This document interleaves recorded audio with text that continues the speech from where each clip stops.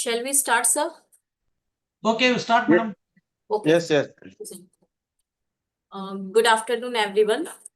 A very warm welcome to all the officials of NCSM, participants, member of the organizing committee, today's moderator, Dr. Rita Singh, and our esteemed guest speaker, Dr. Suresh, Dr. Girish, and Dr. Savita Sajan, to the third day of Faculty Development Program.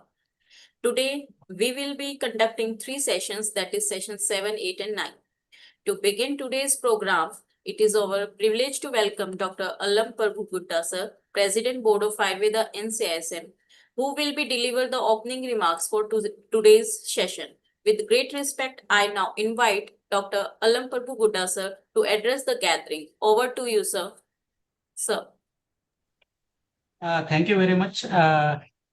Once again, congratulations to our organizing team and all the speakers. Because yesterday we have gone through the statistics. One is online attended 1,000 teachers, and in YouTube more than 4,500 teachers, PG teachers. And in number of institutions in a single room, they have arranged the system, and PG scholars have attended this seminar, faculty development program. This is the one thing. For that, I congratulate organizers, speakers, and whole PG staff, students, scholars, everyone. And second thing is the next step of this FDP is we will go by for domain specific FDP. So last time the teachers or the staff who have made a reform in the PG syllabus, we have circulated. We will circulate.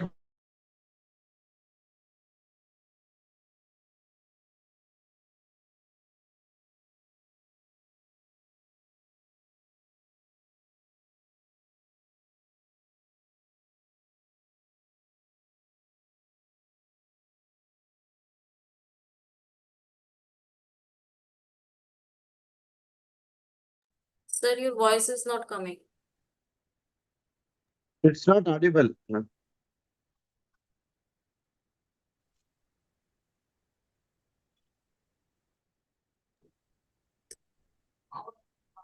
Madam, sir, voice is not audible, please. Sir, we will check just. Yeah, ma'am.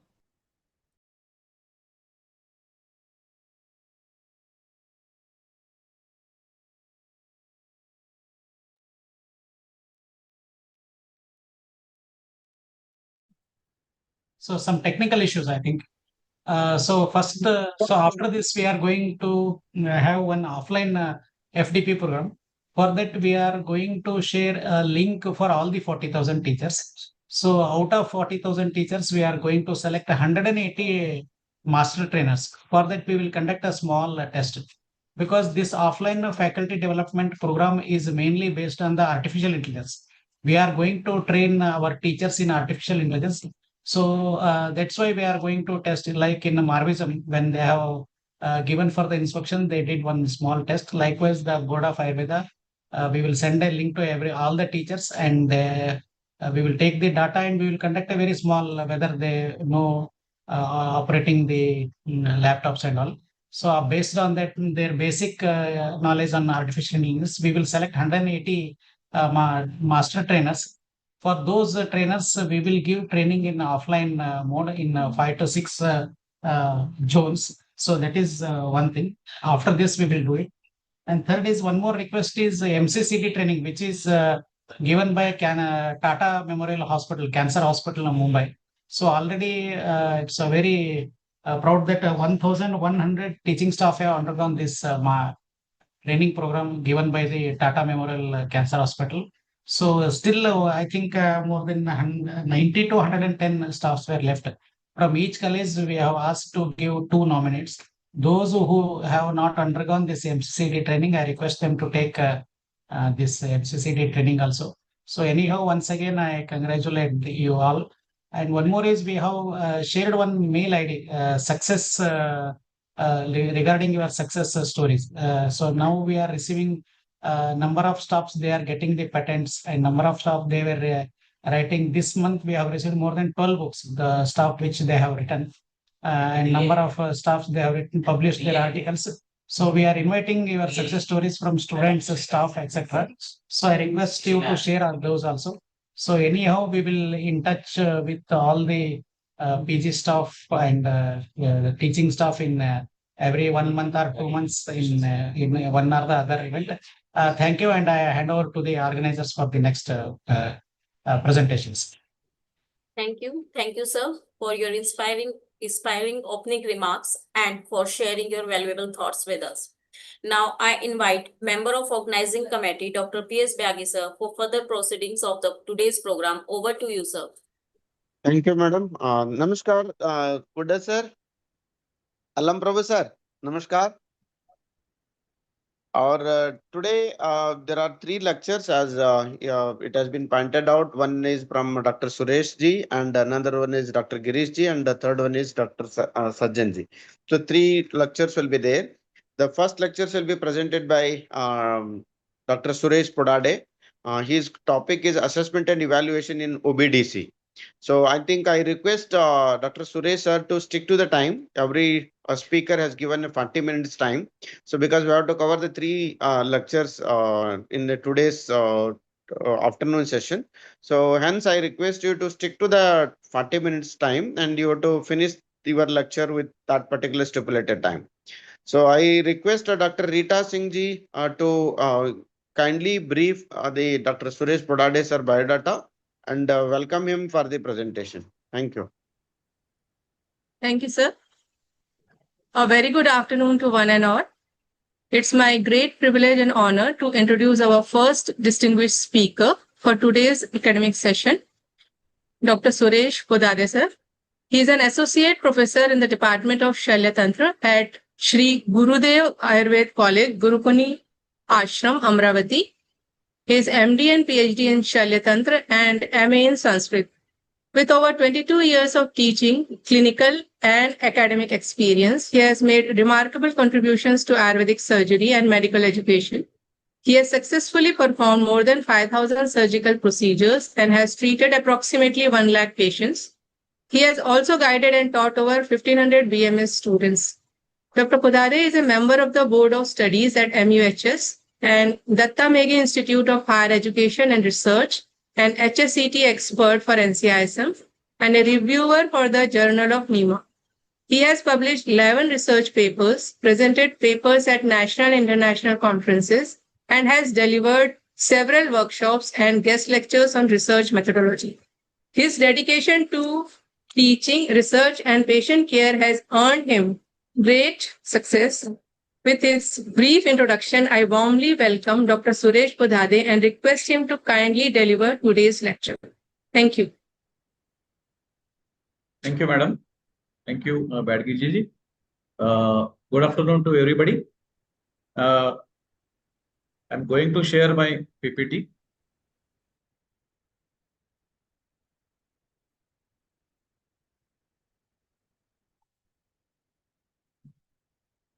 I hope it's visible now. No, sir. No, sir. Not yet.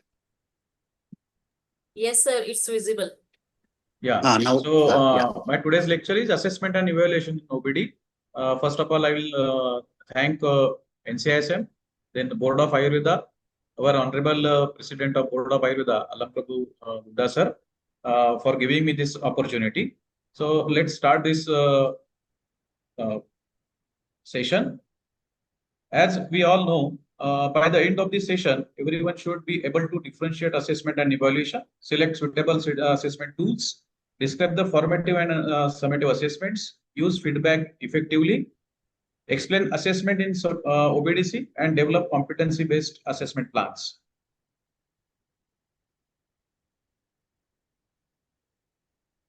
So what is assessment? As we all know, assessment is the process of determining whether predetermined learning objectives has been achieved. That means whatever we have planned in OBDC, whether it has been achieved or not, is called as the assessment. And that's why I think this is the mirror of OBDC program. And as I have given the topic assessment and evaluation, this is a very nutshell difference between the assessment and evaluation. Assessment is to gather and analyzing the data for progress of a subject, while The evaluation is assessing the values or effectiveness or impact of a program or policy. Assessment serves as a vital feedback mechanism to identify the strengths, weakness, and areas for improvement, while as the evaluation is gathering and analyzing the data to make informed judgments or improve performances and determining the projects. So here we can see assessment is having a multiple number of assets, while as the evaluation focuses on the growth or the poor, fair, or good or great. Difference, as we can see, assessment is continuous, while as the evaluation is periodic. Improves learning in assessment, while evaluation causes judgment achievement. Assessment is feedback oriented, while the evaluation is decision oriented.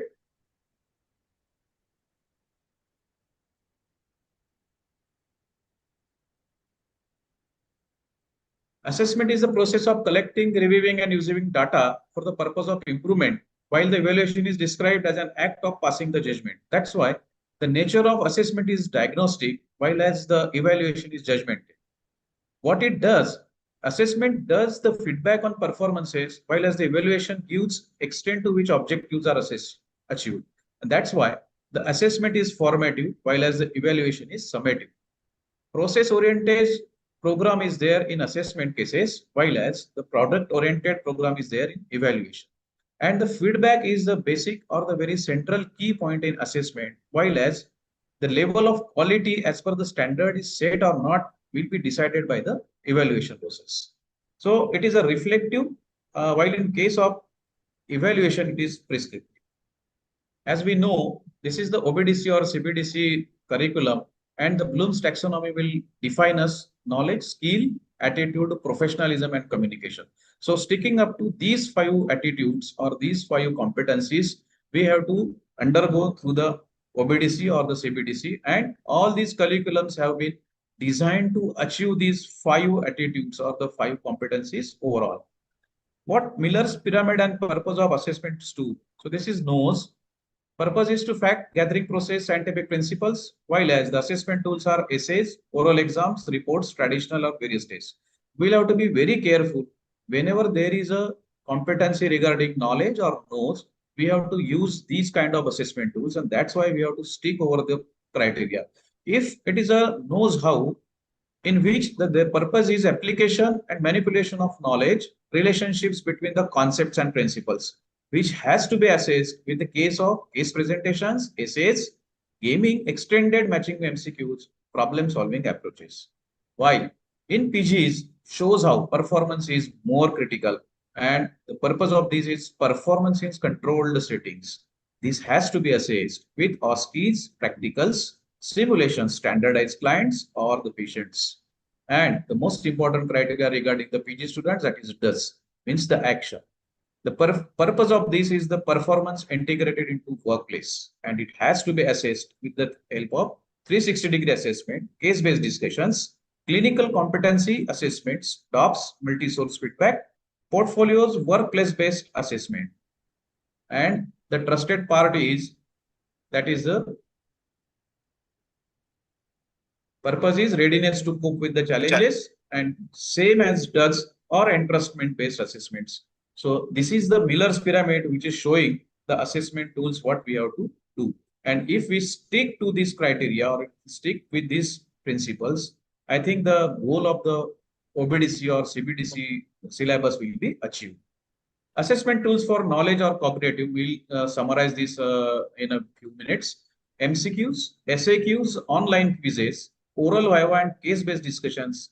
These are some assessment tools for assessing the knowledge base, that is the cognitive domain of the things. If we take some example, if we have to ask describe the indications of Char Sutra, it has to be by the SAQs. If explain the stages of wound healing, then it will be a essay. Identify the surgical instruments, it can be covered with the help of MCQ. If we have to discuss the complications of Agni Karma, it will be a structured essay. Enumerate indications of Jalokacharna, that is the VSAQ. Explain the management of Bhagandhara, it will be case-based written questions. And if aseptic techniques has to be described, it has to be asked in oral viva. So these are some examples. You can take any examples from your subject or the topic and you can arrange these assessment tools accordingly. Strengths of these assessment tools are in knowledge, that is easy to administer, cover a broad range of the curriculum, objective and reliable when well designed, suitable for large group and can assess, recall, understanding and application with higher order questions. So these can be the strength of these assessment tools. But of course, there are some limitations. Measure what learners know, not necessarily what they can do. So in PG curriculum, it is rarely used in these domain because we always want a PG should perform or should do the skills. So poorly written questions may encourage the rote memorization. That's why it should be complemented by assessment of higher levels of Wheeler's pyramid, that is knows how or shows how, using the tools such as Minisex, TOPS, OSCE and workplace assessments.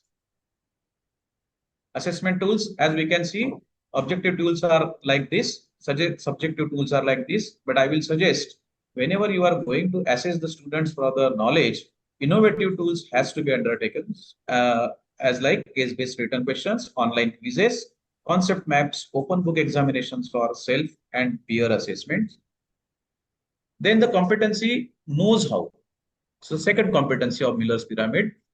There are some assessment tools like clinical problem solving questions, short answer questions, case-based written examination, case-based discussions, structured oral examination, portfolio, modified essay questions, clinical case presentations, and journal club appraisals. So whenever we are going to check for the knows how, we should keep in our mind these kind of assessment.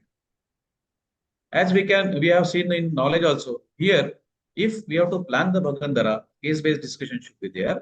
If investigations of any disease has to be achieved, then MEQs, that is modified essay questions, should be there.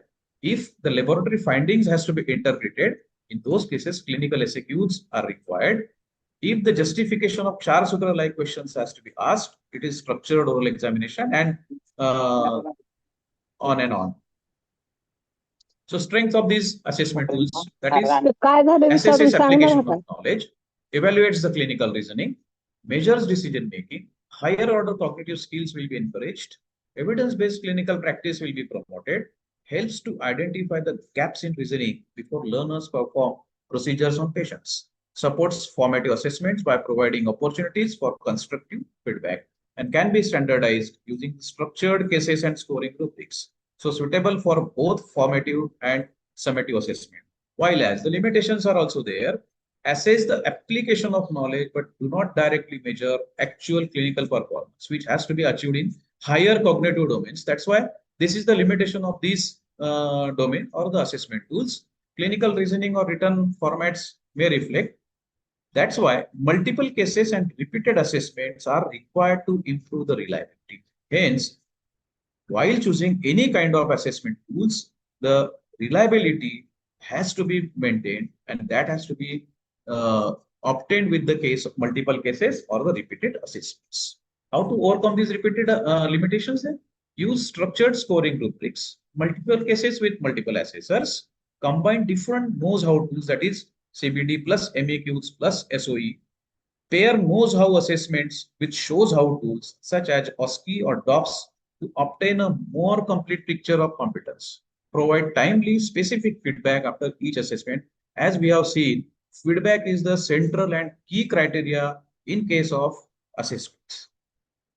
So here also we can see written tools are there in case of knows how, oral and discussion based tools are also there, and longitudinal tools are also there.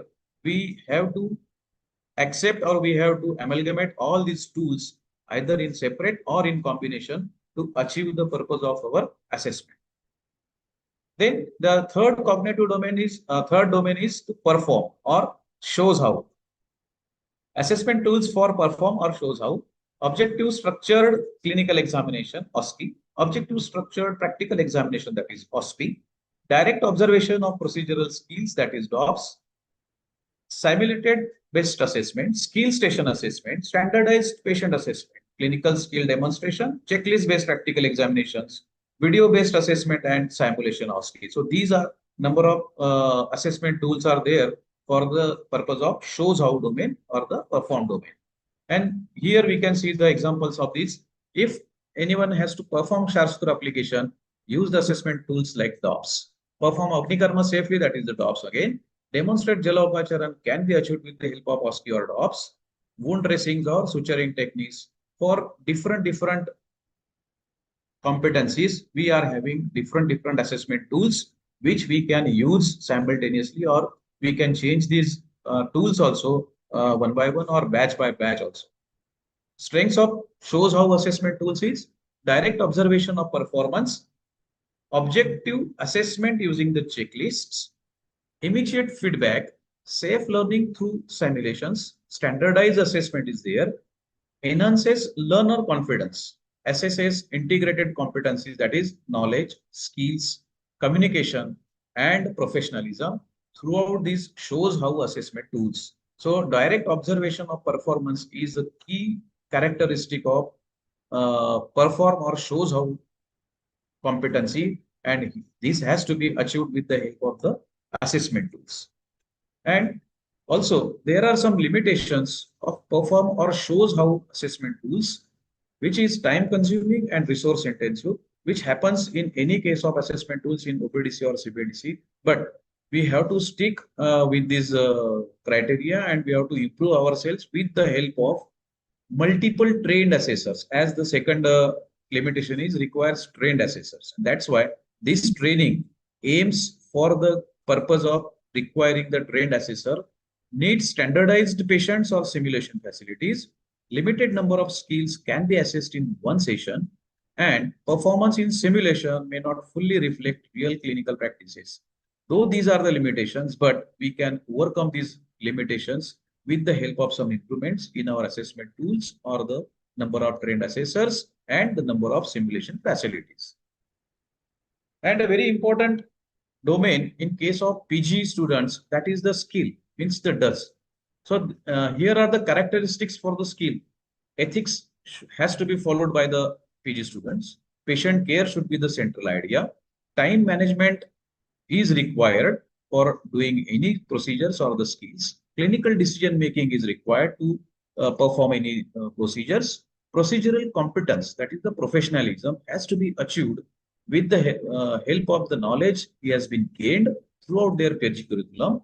Documentation, patient safety, reflective practice, leadership, teamwork, and communication. These all are the attributes or the characteristics for DOS. If a PG student will achieve these all characteristics, he will become a good practitioner, good teacher, good academician, and the good patient care handling person. And that's why these all characteristics has to be taught to the student in OPDC or CBDC, which has been designed, and it has to be assessed with the help of the tools which I am going to tell hereafter. And these are some tools which are required for the skill or DOS domain. That is the mini clinical evaluation exercise, that is MINISEX, case-based discussion, that is CBD, multi-source feedback or 360-degree assessment, portfolio, logbook, clinical audit, chart or case record review, and peer assessments. So after this, or many of the people or many of the faculties must have been following these criteria. These tools has to be followed, or these tools has to be maintained throughout the curriculum while assessing the PG students, and this can be the continuous process overall. So this is the competency and their assessment tools. Independently perform Charsutra applications will be requiring EPA plus DOPS plus logbook. Manage a patient with Dushtavrana will be requiring MINICX. Communicate treatment plan to patient, MINICX plus patient feedback. Maintain accurate clinical records, that is chart review. Demonstrate ethical practice, multi-source feedback.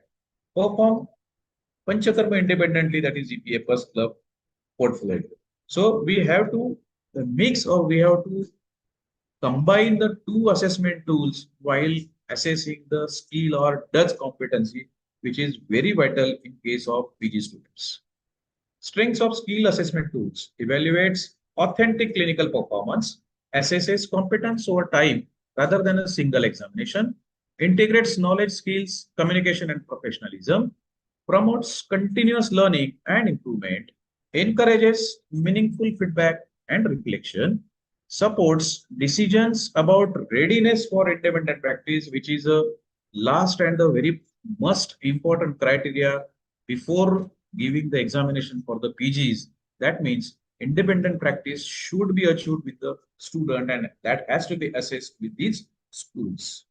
And again, the limitations are there. Requires multiple observations and trained assessor, which is very important. And why we are here in this faculty development program is the requires robust documentation and faculty. So if the faculties are committed with for these purpose and the assessment tools, then and then only the skill assessment can be achieved potentially, and that's why this is very important. What is the principles of good assessment then? It should be a valid, reliable, feasible, acceptable, educational impact, fairness, and transparencies. These are the principles of good assessment. Madam, Types of assessment then: diagnostic before start of a course or session or module, formative continuous during the learning process, summative at the end of course, continuous throughout the program, internal that is institution based, and external by external examiners. As we all know, we are taking all these examinations or the assessments regularly since we have joined this academics. And that's why we are now again coming toward the formative and summative assessments. So here are the purpose: improve the learning, while summative judges the achievement and certify the competence. Timing at the end of the module, at the end of professional year, which is the summative examination. Focus: learning process and progress will be focused in formative assessment, while the final performance and outcomes will be judged in summative assessment. Feedback is immediate, specific, and constructive in formative assessment, while usually limited after grading. So before this, we were taking summative assessments only in the traditional courses or in the traditional ways, which has been overcome and improved with the help of formative assessment. As we are saying, grading is usually low stakes or ungraded. Frequency is very frequent in formative, rather periodical in summative assessments. Decision identifies the strengths and learning needs, whereas in summative, determine pass or fail, promotion or certification. Learner role: active participant with reflection and self-improvement is the basic criteria for the formative assessment, while as demonstrates achievement of required competencies. And the faculty role, which is very important, very critical in case of formative assessment, is he is the facilitator or he is the mentor, he is the coach, while as summative assessment, there will be only the examiner and the event. So limitations are there in formative also as well as the summative assessment. Time consuming, formative, requires regular observation and documentation, may be perceived as less important if not linked to progression, and depends heavily on the quality of feedback. That's why we always believe that we are not taking feedbacks from any stakeholders or the students or anyone. And that's why the formative assessment always lacks if feedback is not obtained. While as summative assessment measures performance at a single point of time, may encourage short-term or exam-focused learning, limited opportunities for immediate improvement, and a single examination may not reflect overall competence. We are dealing with the competence, and hence the summative assessment can be lesser important while obtaining the competence. Hence, the formative assessments are more powerful in competencies. But there are some advantages also. Formative assessment identifies the learning gaps early. This is very important because if we know the gaps very late, it cannot be fulfilled.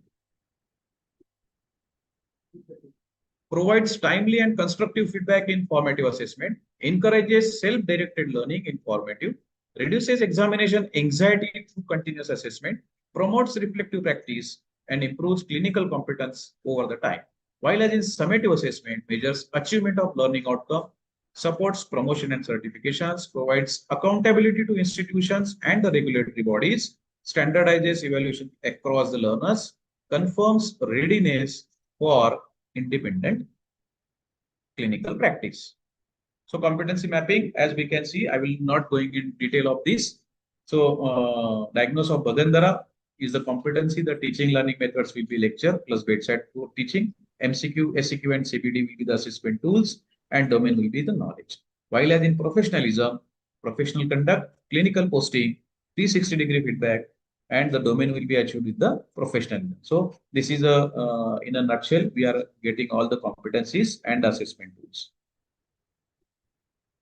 We will be discussing a single assessment tool in a very short, because due to the lack of time, we are strict to the criteria. So case-based discussion, as we know, a structured workplace-based assessment. Faculty member discusses real patient case managed by a PG student and to assess the residents. Clinical reasoning, decision-making, evidence-based discussion, and Ayush integration will be assessed with this case.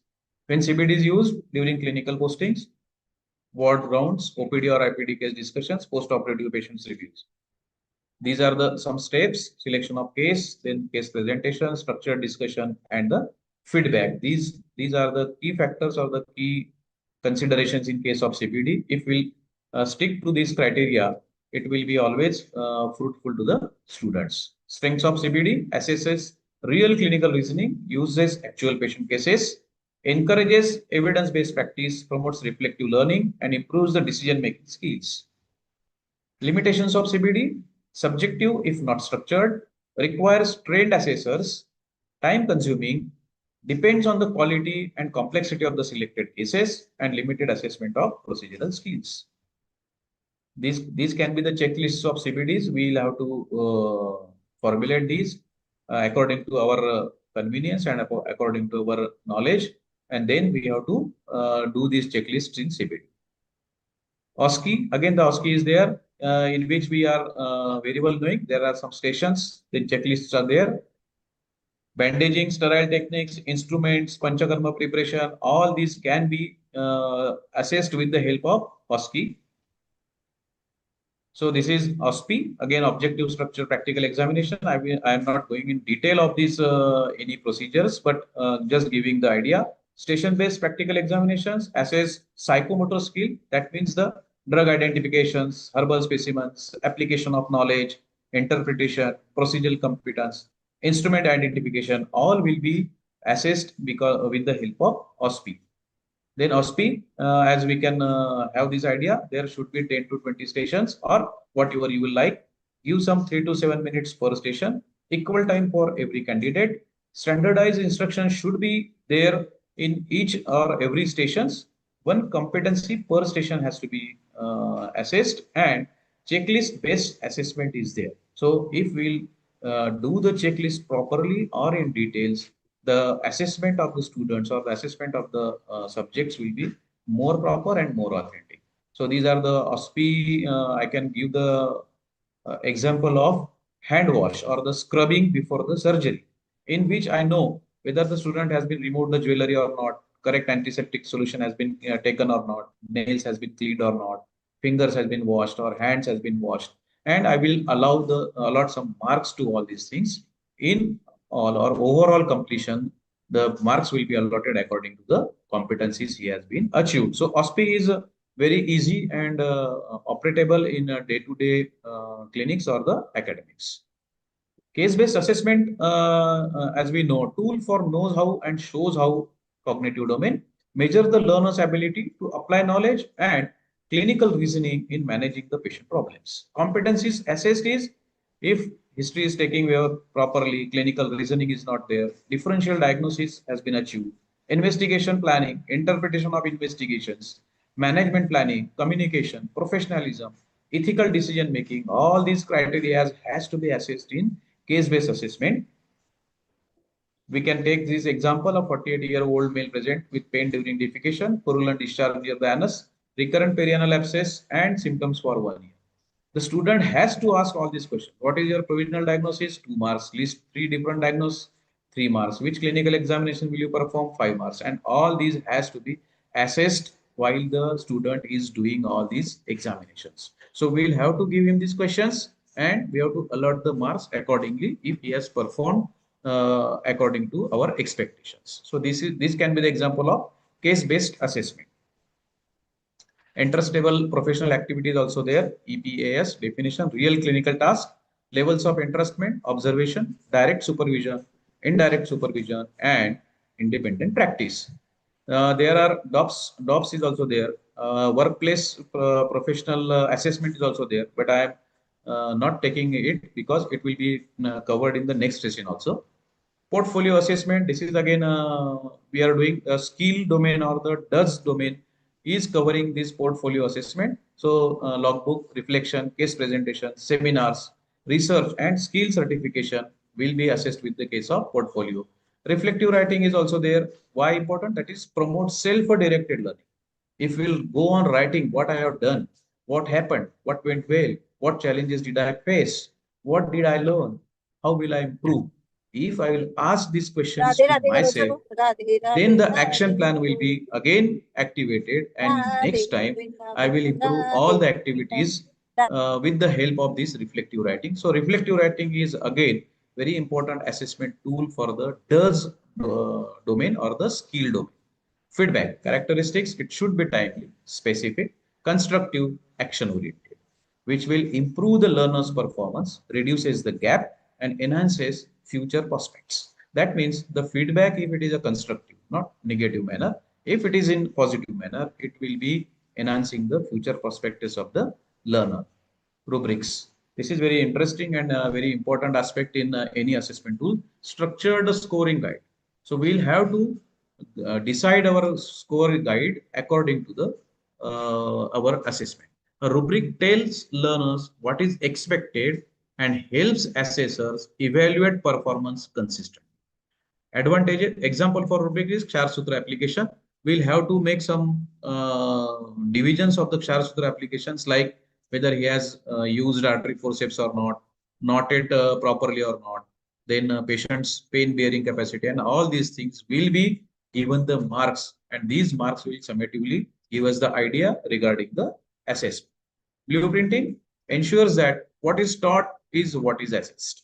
So we are teaching something different and we are assessing something different will be unfair to the learners. And that's why the blueprinting has to be done in advance in any course which has been followed in OBDC by NCISM or the CBDC curriculum by NCISM and has been compulsory asked the teachers, you should give the blueprints to the students, what has to be asked from the must know, needs to know, and knows level. And what is assessed reflects the intended competence. So what is taught, what is assessed, and what is the competencies intended. So it ensures the syllabus coverage, examiner fairness, and the value. Blueprint across Miller pyramid, this will be very important. Knows, that is recall knowledge, and assessment tool will be MCQ, SAQ, and bio. Knows how the competency will be apply knowledge, MEQ, CPD, or SOE.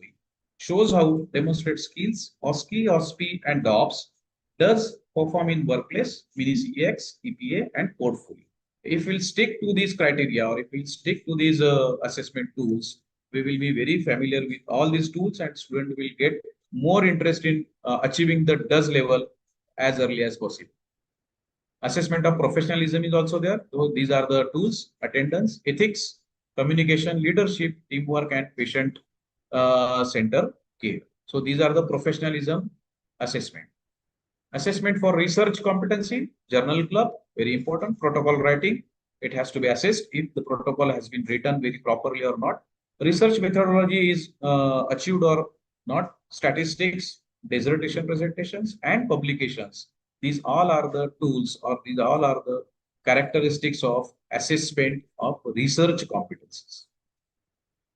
In very short, I am winding up. These are the these are the criteria which has been designed in curriculum of CBDC. Number of papers and mark distribution, calculation for modular grade points, semester grade point average, question paper pattern, and all these things. This is the Shalya paper. That's why I'm just showing this. Credit framework, 32 models, 64 credits, 1920 notional hours, 2 hours allocated for modular assessment, which carries 25 marks. Formative assessment, module-wise assessment will be done at the end of each module. Summative assessment will be the university examination. These can be the table which will obtain available national hours attended, then marks obtained in periodical assessments, that is maximum and obtained. So MGP will be calculated from this, that is the modular grade points. This will be regarding one module. So with the help of this, all 8 modules will be calculated and the average MGP will be drawn. So it is called as modular average grade points. Now, the semester 3, 4, 5, and 6. So HGP is calculated if this HGP is 60%, that is required, then the student will be eligible for the summative examinations. These are some tables or calculation method for modular grade points. Here we can see semester 3, there is a module 2.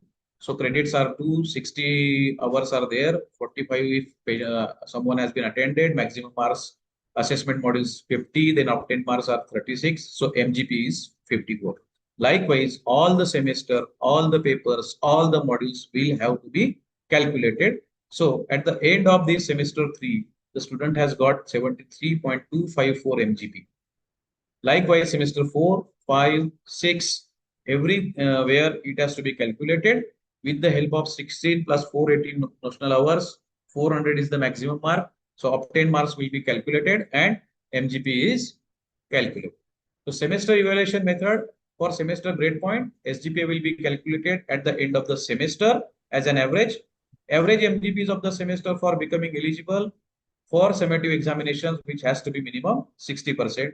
As I have shown below, semester 1 plus 2 plus 3 plus 4 divided by 4 is 70.90. So this student will be eligible for the summative examination or the university examinations. So these are the distributions. As we know, everyone has to assess the student likewise. So in theory and the practical, we have given the instructions. These can be the assessment according to the question paper. These are the university examinations blueprint. This is again the paper setting and blueprint. Then these are the practical blueprint.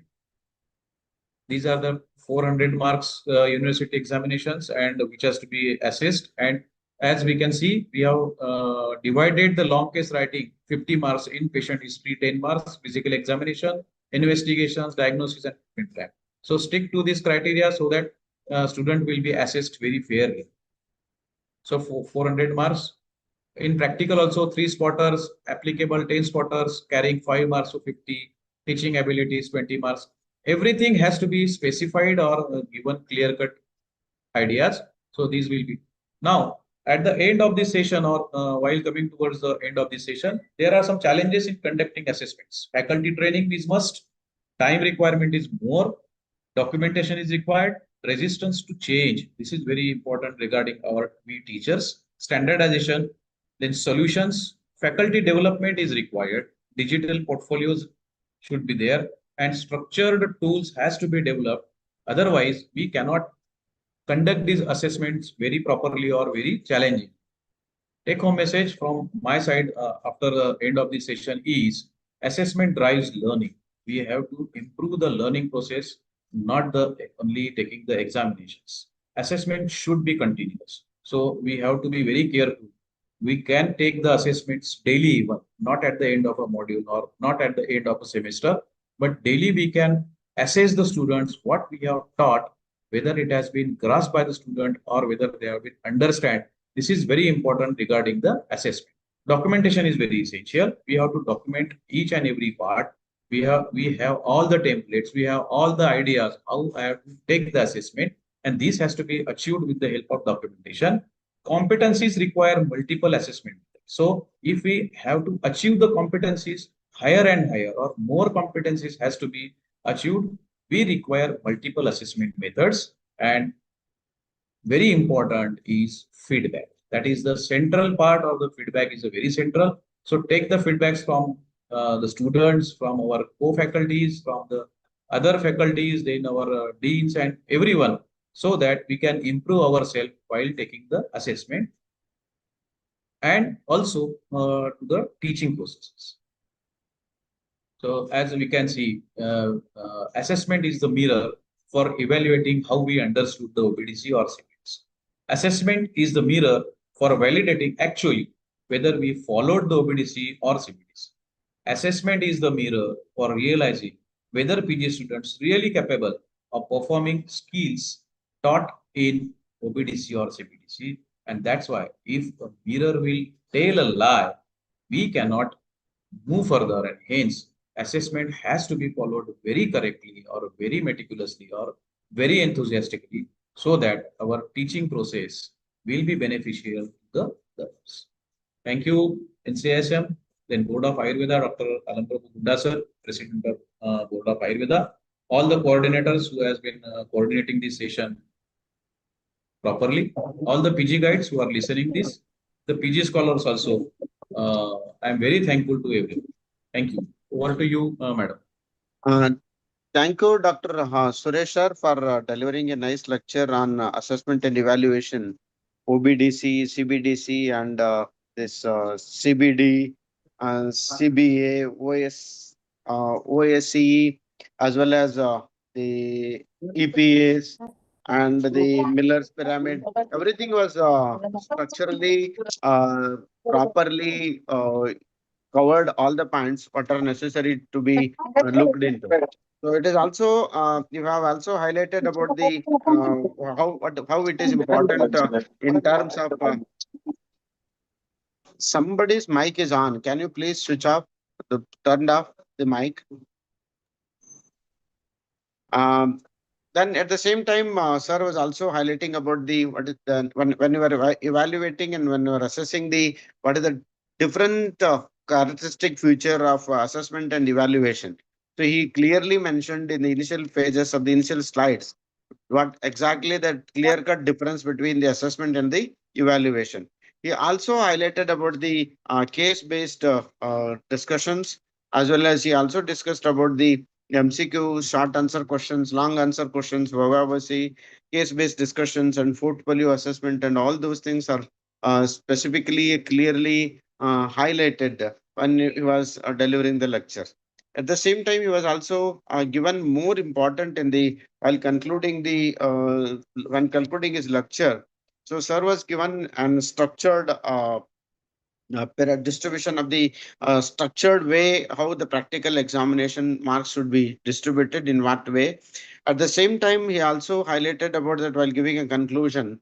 He mentioned that the structured tools must be used, as well as the faculty development programs are very, very important to nurture and to educate the teachers who are teaching the students. At the same time, he also mentioned that it should be a continuous process. When something is prepared, it should be a continuous one, and multiple assessment methods needs to be adopted, and the documentation is also very important. And lastly, even concluding, you mentioned that the feedback is very, very important. So when you take the feedback from the students and the stakeholders, so then only we can deliver a very good outcome based assessment and evaluation methods.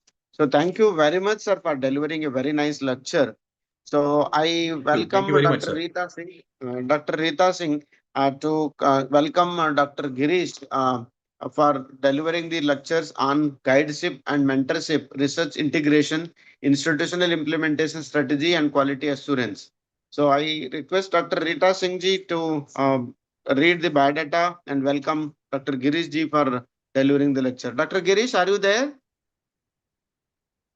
Dr. Girish? Dr. Namaskar. Girish KJ, namaste. Namaskar, sir. Very good afternoon. Namaskar, Machan pa aram diye. Sir. Everything is fine. Now you're Fine. enjoying the weather there. Right. Okay. Yes. Thank So you. Dr. Rita Singh, Dr. Rita Singh.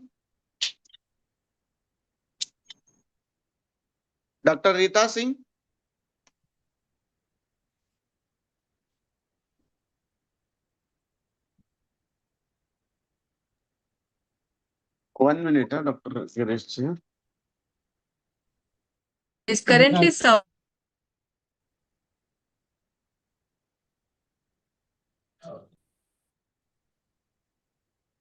You go ahead with that. Dr. Rita Singh, madam. Okay. Okay, go ahead.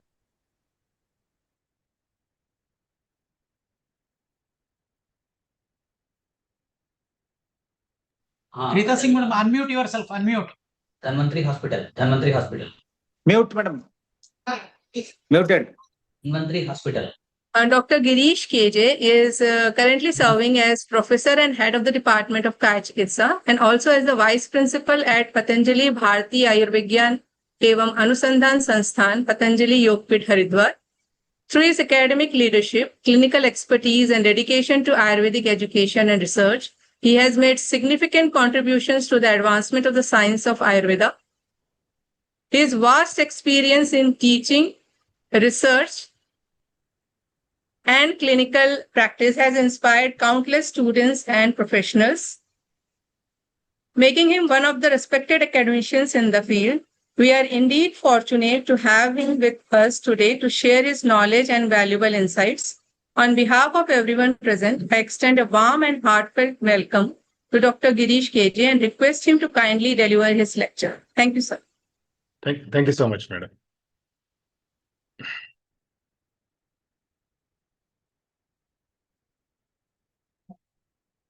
Very good afternoon to one and all. Hope that the slide is visible. Yes, sir. Respected Chairman of National Commission of Indian System of Medicine, respected President of Board of Ayurveda, the members of the coordinating committee, respected faculty members and PG scholars. It's indeed a blessing to be with you, and I thank NCSM for assigning this important responsibility of delivering a lecture on guideship and mentorship, research, research integration, institutional implementation strategy, and quality assurance. So my presentation has 5 segments into it.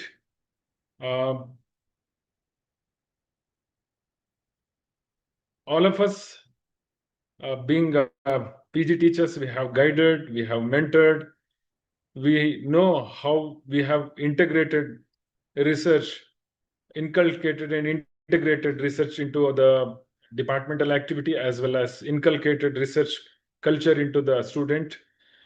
And we also know how the institution has helped us in implementing this, the research, research mindedness, or rather, especially mentorship, and overall, how this guideship and mentorship will affect the quality of postgraduate education. So these are the 5 segments through which we will be walking through. As a postgraduate, we have either been supervised or we have been guided. But with the implementation of new education policies, subsequently the OBDC, the guides play a major role in postgraduate education. So outcome-based dynamic curriculum succeeds when guides or mentors transform curricular outcomes into actual academic, clinical, and research competence. When we see the qualities of mentor, or rather acharya, we can see several qualities, but I would like to be focused on very important aspect of being a mentor, being a guide, is anahankritam, anasuyakam, akopanam, kleshakshamam, shishyavatsalam. Very important. Adhyapakam, jnapana samartham. So among all the qualities, all of us are, either we have crossed 5 years, rather we have crossed 5 years of PG teaching experience. We are all extremely good in subject, but when it comes to the context of OBDC or CBDC, the quality of especially Shishyavatsalam, Adhyapakam, Jnapana Samartham stands out very, very prominently, because there is need to change the way we used to guide the students. There is because we are in we are in a context of we are in a timeline, we are in a point in time. Pardon? तुमचा आवाज जाईल त्यांनी आता. Somebody's mic is open. So we are in a point of time where the new syllabus or new curriculum is in position. There is a generation gap.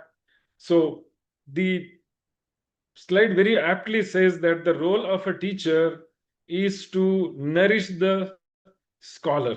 It's like the seasonal cloud furnishes good crop in a suitable land.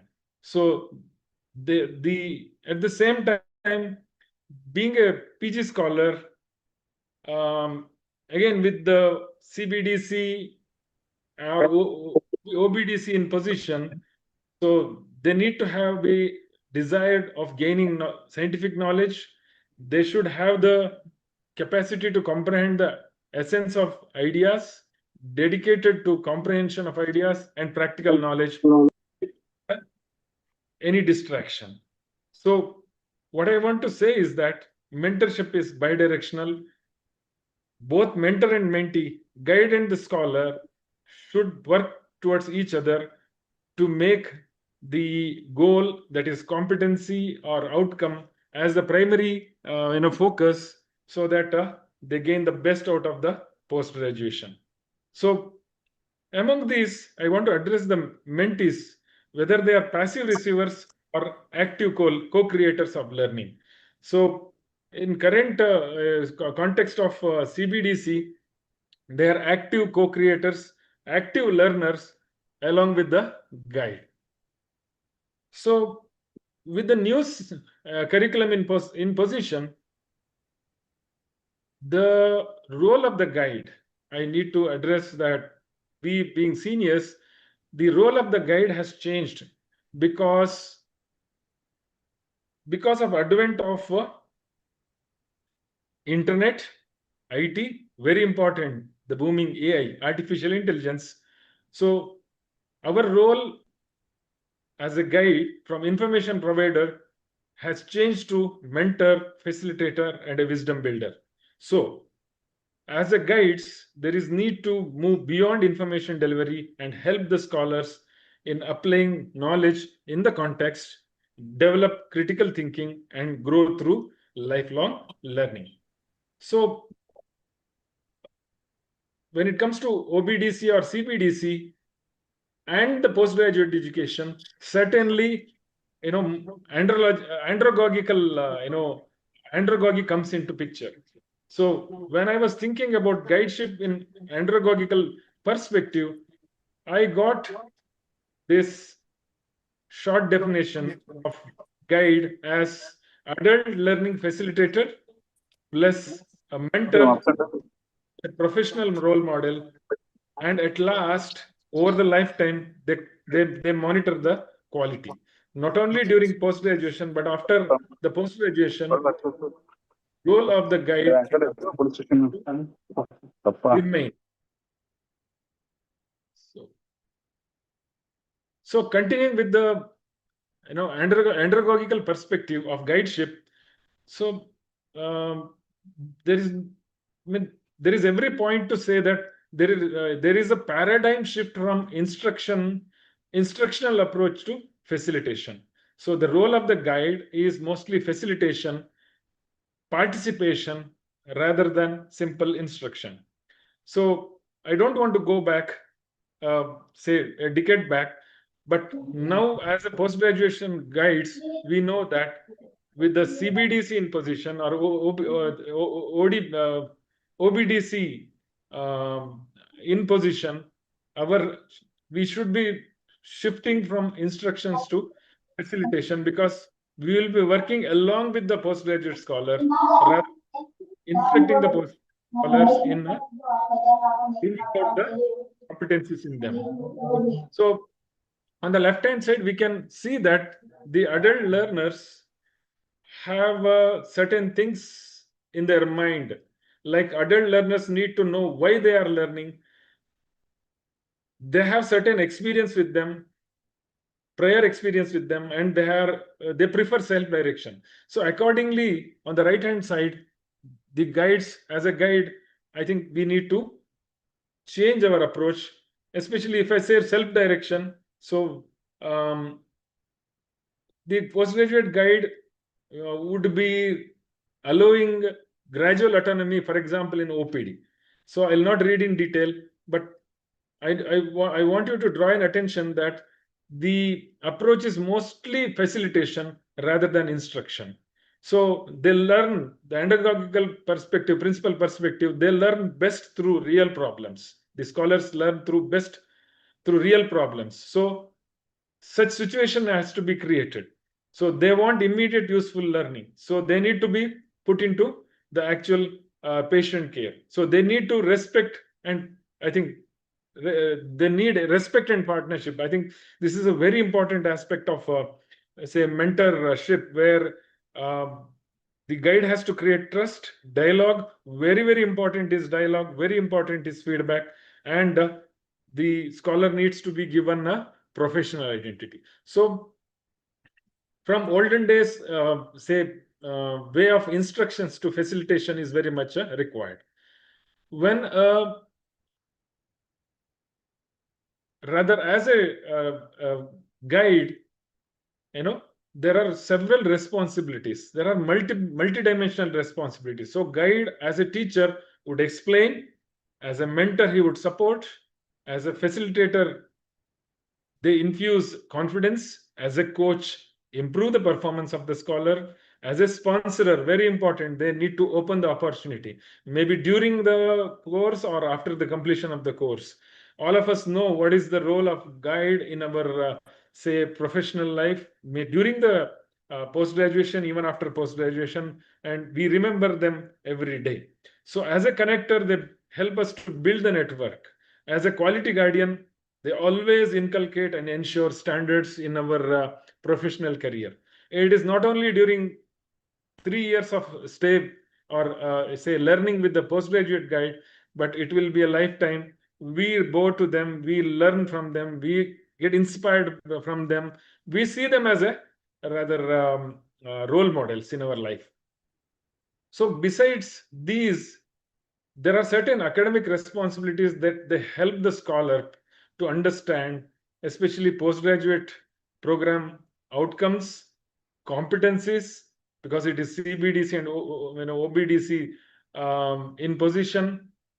There is need to make them understand about the academic calendars, seminars, participation, right? Journal club is a very important aspect.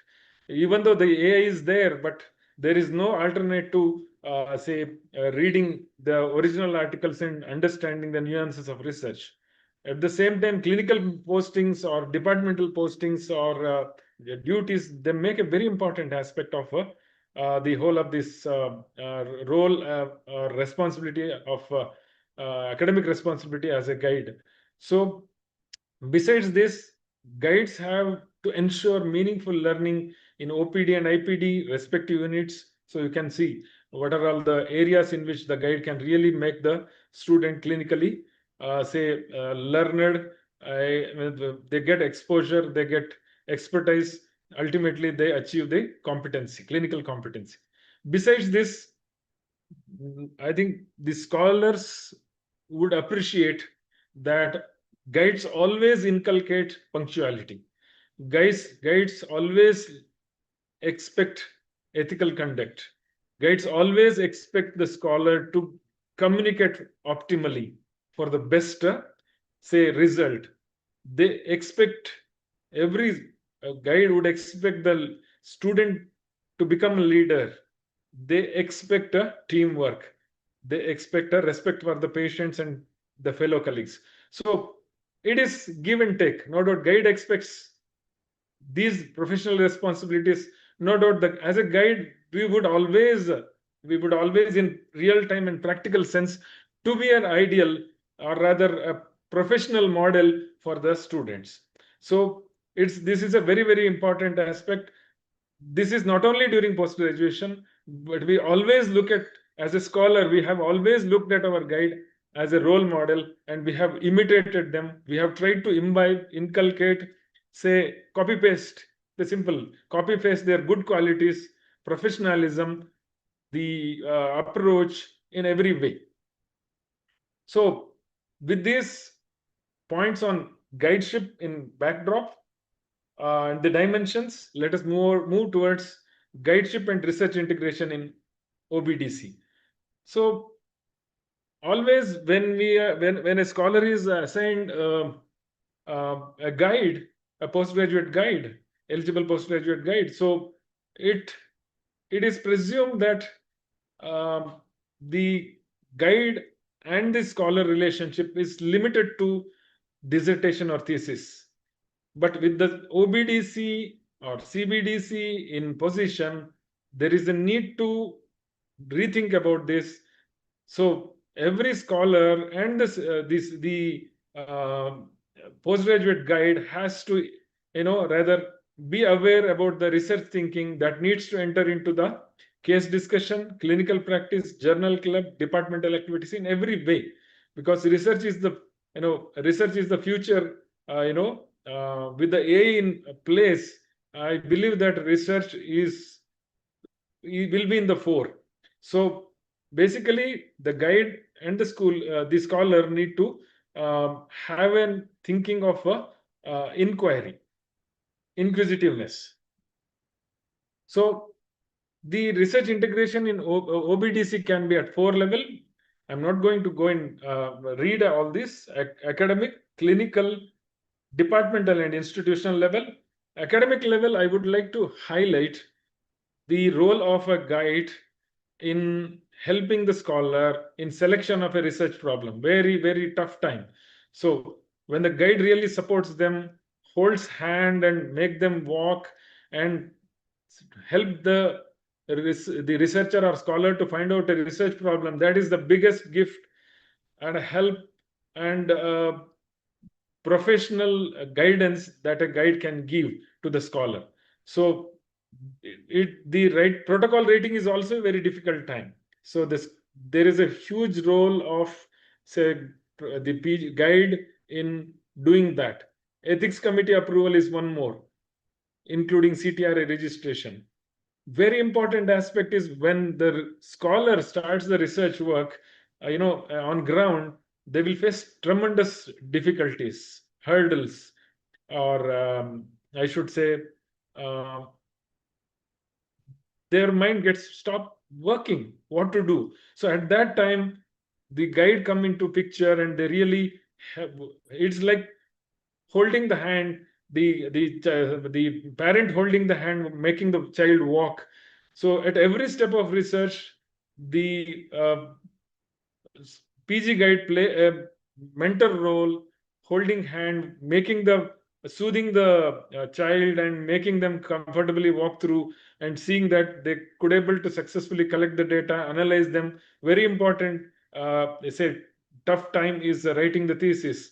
When it comes to data analysis, then interpretation, the writing the discussion, and every nook and corner, or I should say even very simple aspect, guide really holds an important role. And certainly those tough time, when the guide really supports, it will be a lifetime relationship of a guru and a shishya, mentor and the mentee.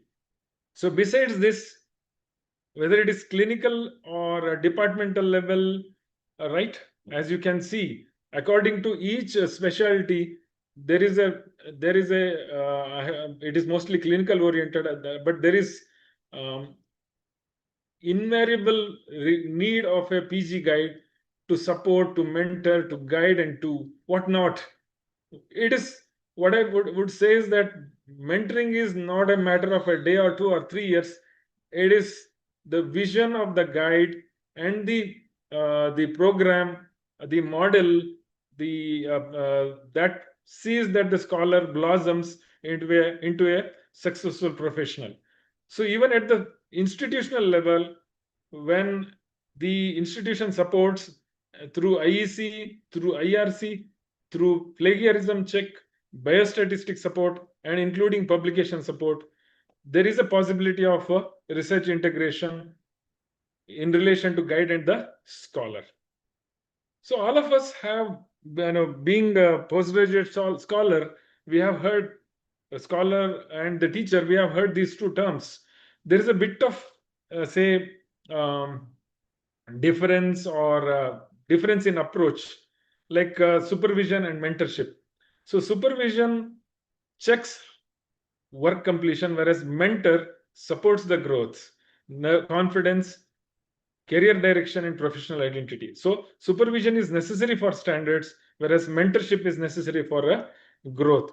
So with these points, the supervisor would ask, have you completed the work? Whereas the mentor would say, what have you learned and how you are improving? So that is the bit of a say difference in the approach, which we need to be really sensitized. So next is OBDC needs guideship, supervision, andragogy, and mentorship all together, put together in a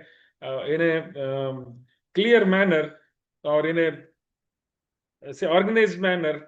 The guideship gives the responsibility, supervision ensures target achievement, andragogy gives educational philosophy, while at last mentorship gives the relationship, a lifetime relationship, and a career growth, professional growth. So with this research dimension or research integration, let us move on to mentorship. All of us have heard about this, and we have experienced it. Though, let me read. Mentorship refers to a sustained developmental relationship in which a more experienced professional, that is mentor, provides guidance, support, feedback to a less experienced individual to promote personal, professional, and academic growth. It is self-explanatory and it's beautiful. It is sustained. It is a developmental lifetime relationship. So a mentor-mentee relationship is a dynamic, symbiotic. The word symbiotic is very important. So there may be a times of misunderstanding, but with mutual communication, they will join and they work together for a mission. So it requiring active participation from both mentor and mentee. So a mentee or a PhD scholar is expected to be receptive, very important, responsible, honest, proactive. I would add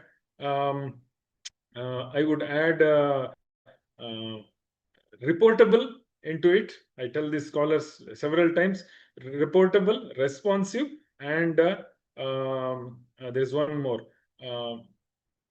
Three are I keep telling. So mentor-mentee relationship is a very important aspect. So mentorship is foundation stone to postgraduate education. Dear friends, it contributes to career development, academic productivity, psychological well-being. Very, very important. With new place, new people, a new curriculum, and a new life situation, postgraduate scholar, most of the postgraduate scholar will really feel a kind of stress. So with the unlimited support from the guide, they will feel improved emotional support, safety, and the most important point I want to highlight is the reduced burnout. Every postgraduate scholar at some point of the time, they would feel this burnout, and postgraduate guide, the guide and the mentor will really help them sail through difficult time.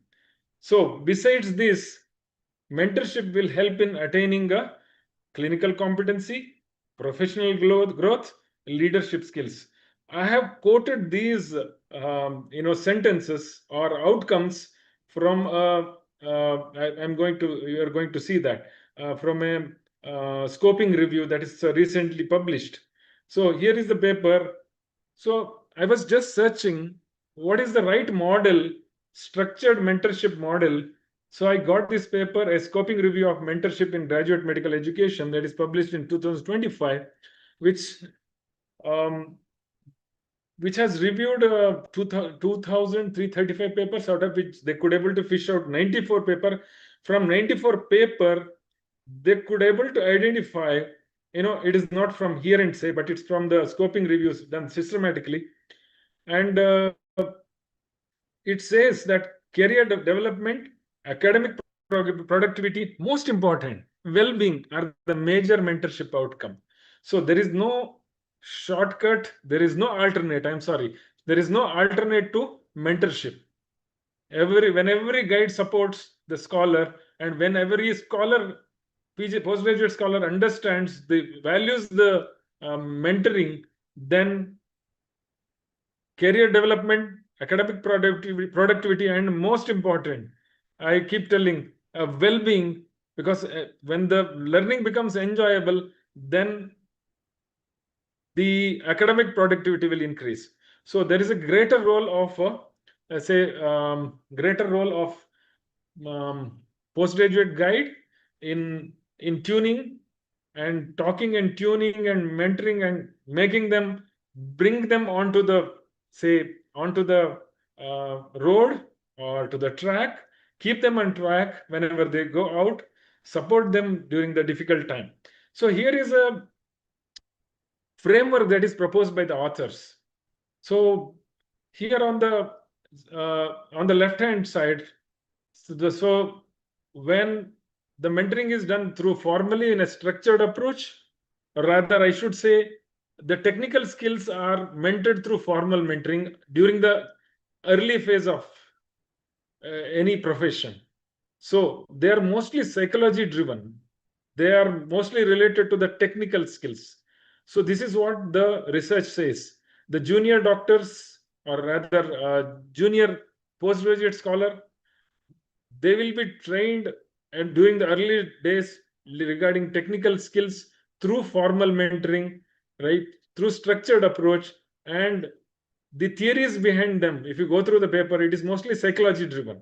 Whereas on the right hand to right hand side of mine, you can see that group mentoring, informal approaches, or after post graduation, the seniors will be mentored regarding non-technical skills, regarding networking, regarding opportunity, regarding say collaboration, regarding professional growth, professional difficulties. They are mostly, the models are mostly sociology driven. If the paper is beautiful, you can just take a screenshot and read through this paper, which they have put a lot of effort, because I have skimmed through at least 100+ papers. I could able to come out this scoping review, which really beautifully makes you understand the ABC of mentorship. So when I went through this paper, the mentorship can be formal, so which is institutionally structured and which is very common even in our condition, with predefined mentor-mentee assignments, guide and scholar assignment, and scheduled interactions. So it stands for train at the feet of the master, right?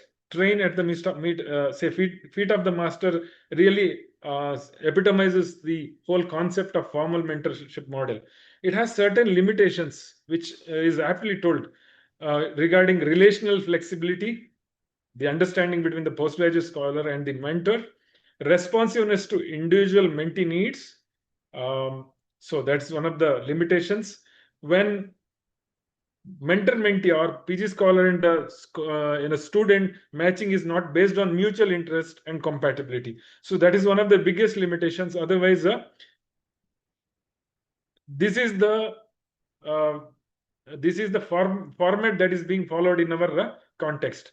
Besides this, informal mentorship is also very common, and this paper summarizes, or rather reviews, at least works from at least 8 to 10 countries, mostly from US. So they're also, like us, people tend to get informally mentored through collegial informal interactions. So they are flexible, they provide greater psychosocial support, but they lack a structure. It is not institutionally recognized. Besides this, peer mentorship and near peer mentorship, that's what most of the seniors support, juniors support their next juniors.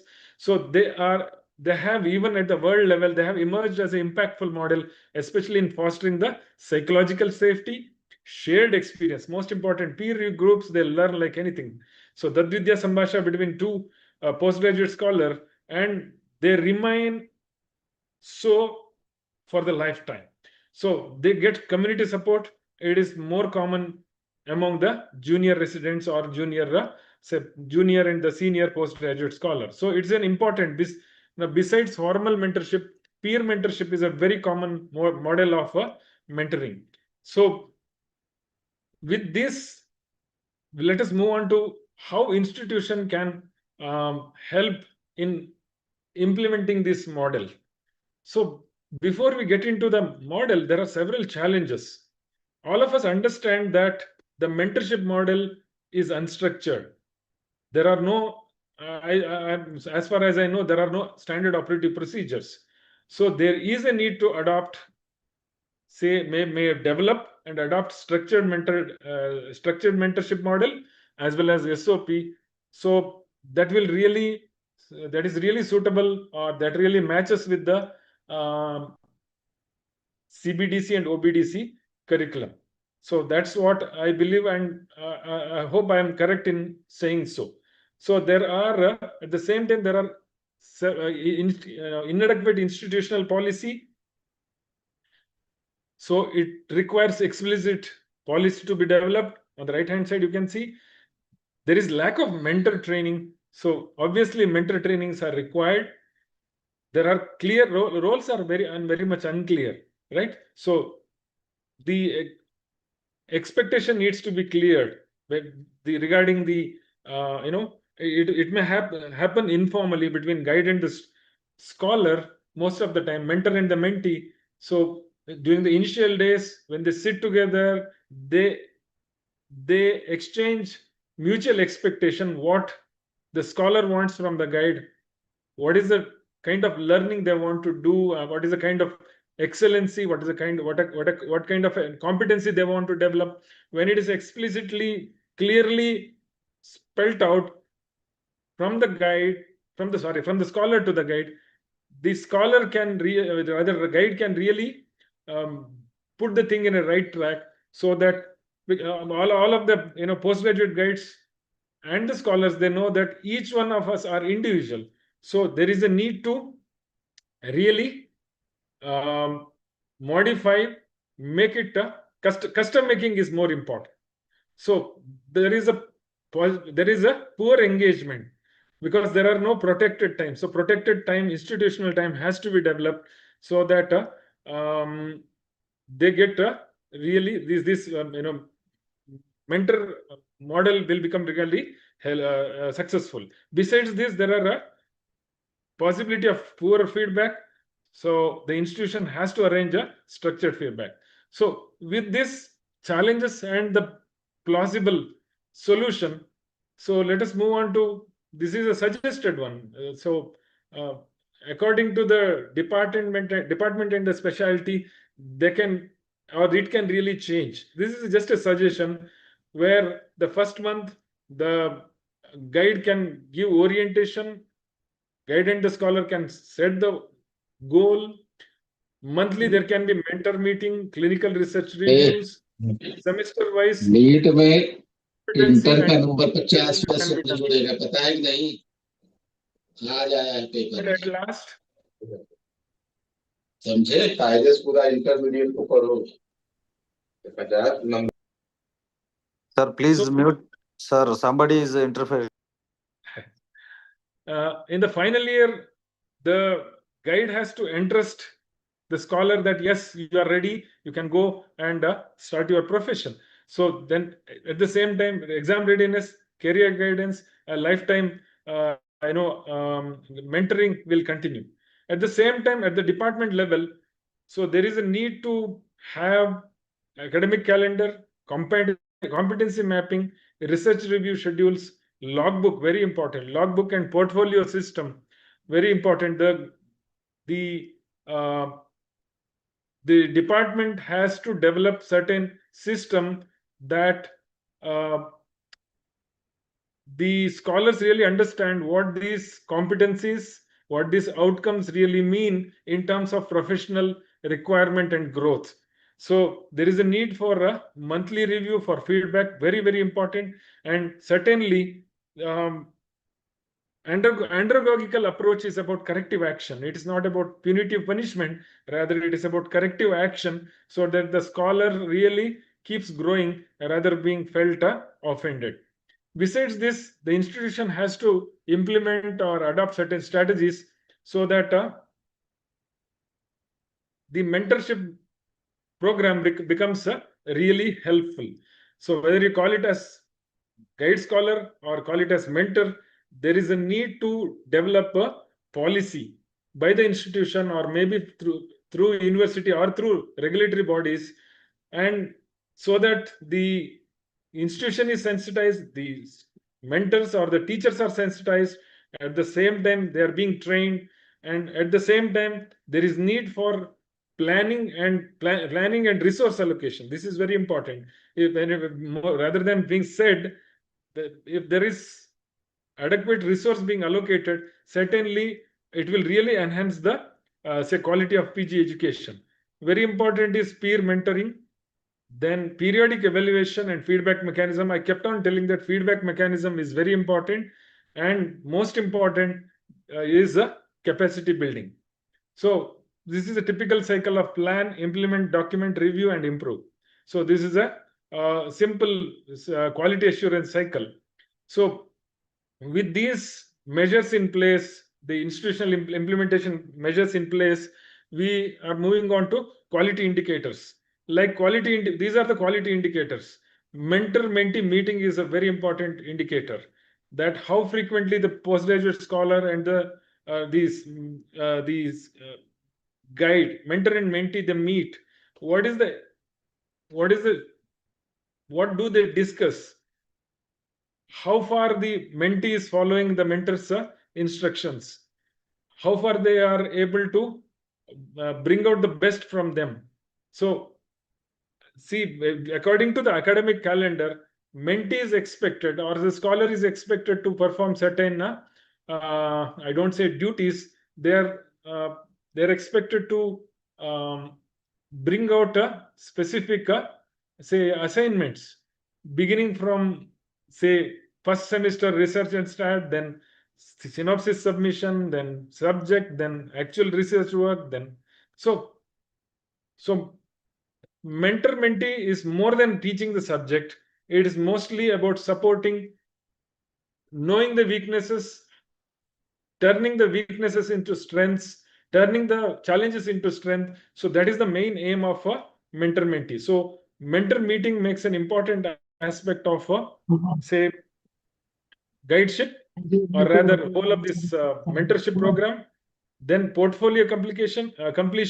Very important is according to the academic calendar, they need to able to do the progress the research work.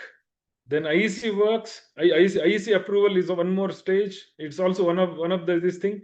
Journal club. Very important is publication. At the end of 2 years, if the scholar is able to bring out a research work that is ready to be published into the in a Scopus or Web of Science index journal, that's really beautiful. That really indicates that the mentor-mentee relationship. Then feedback records, clinical exposure, competency achievement, and student well-being. Very most important among this, I believe, is student mentor meeting, and very important is student well-being. There will be a difficult time. They may have their personal problem, health issues, familial issues, several things. So the role of a mentor is to make them hold on to the flow and see that they come out with the best of their capacities, best of them, 100%. Give them. They should be able to give 100% and blossom as the best professional, because it really matters to the profession and to the society at large. So to conclude, a guide does not merely supervise a scholar. They shape and mentor a future professional, clinician, teacher, researcher, and more than anything, a leader to the society. So guide is central to OBDC. There is a strong need, I would emphasize, to structure, implement, and document mentorship. This is, I think, one of the gray areas. So there is a need to structure, implement, and document, and strengthen the mentorship program. Institution must support and evaluate mentorship. So guides mentor, when the guides mentor with structure, scholars own their learning, and the department creates systems, and at last institution measure and improve, the quality assurance is possible at a postgraduate level teaching. So OBDC will be successful when every guide becomes a mentor, every department becomes an implementation in it, and every dissertation becomes meaningful research, and at last, institution follows a culture of quality assurance. So with this, I hope the lecture was useful, and I extremely thankful to the NCSM for giving me this valuable opportunity. Thank you, one and all. Thank you very much, respected Dr. Girish sir, for a wonderful lecture on role of PG guide, mentorship, research integration, along with institutional implementation strategy and quality assurance, and the importance of five segments of this, and who is guide, and who is a mentor, and who is a supervisor. With all these, very effective and a very educative and informative lecture has been delivered by you, sir. And you concluded OBDC will be successful only when every guide becomes a mentor, department becomes an implementation in it, dissertation becomes a meaningful research, and institution follows a culture of quality assurance. With this, you have concluded. Definitely, it is useful, sir. Thank you. Thank you very much, sir, on behalf of NCISM team. Thank you, sir. Now, I think it is a time for last resource person of the third day. I call upon Dr. Savita Sajjan Madam for the last session, and I would like to request Dr. Rita Singh Madam to introduce Dr. Savita Sajjan Madam, then hand over the mic to Dr. Savita Sajjan Madam. Thank you. Over to you, Thank you, Madam sir. Rita Madam. Thank you, sir. May I introduce our third esteemed resource person of today's session, Dr. Savita M. Sajjan. She is a professor at Ayurved Mahavidyalaya, Hubli, with over 17 years of rich experience in teaching, research, and academic leadership. She is MD, PhD, along with postgraduate diplomas in manuscriptology, Marma, and yoga instruction. She has been honored with the Best Teacher Award 2025 by the Ayurveda Teachers Association and has played a significant role in curriculum development as a member and co-chairperson of the NCISM Syllabus Committee for Samhita Adhyan. She has also guided more than 20 postgraduate scholars and has been actively involved in many research projects. Sajjan is a senior editor of the Journal of Ayurveda and Holistic Medicine and serves as a reviewer for several reputed Ayush journals, having reviewed more than 100 research articles. She has authored numerous research papers, published a book, and has made valuable contributions to Ayurvedic research and education. She has delivered expert lectures at several state, national, and international conferences and faculty development programs, sharing her expertise in the NCISM curriculum, Bloom's taxonomy, Ayurveda education, and manuscript studies. We are indeed honored to have such a distinguished academician with us today. On behalf of everyone present, I extend a warm welcome to Dr. Savita M. Sajjan ma'am and request her to kindly deliver her session. Thank you. Thank you, madam, for giving introduction about me. So, good evening, everyone. Ano Badraha Kratoyantu Vishwataha. For today's this one session, for me, the given topic is documentation, record keeping, and portfolio development there. Why documentation matters in an outcome-based curriculum? Why it is the important one?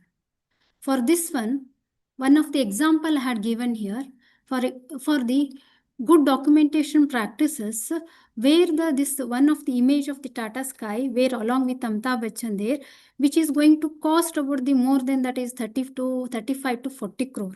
In the similar way, document is one of the good documentation is also our advertisement to show how good we are, how committed we are, and how sincere we are there. So, even though we work it from 9 to 5 o'clock, if you don't document it, then... Madam, Savita Madam, please share your slide. It's only this one. Okay.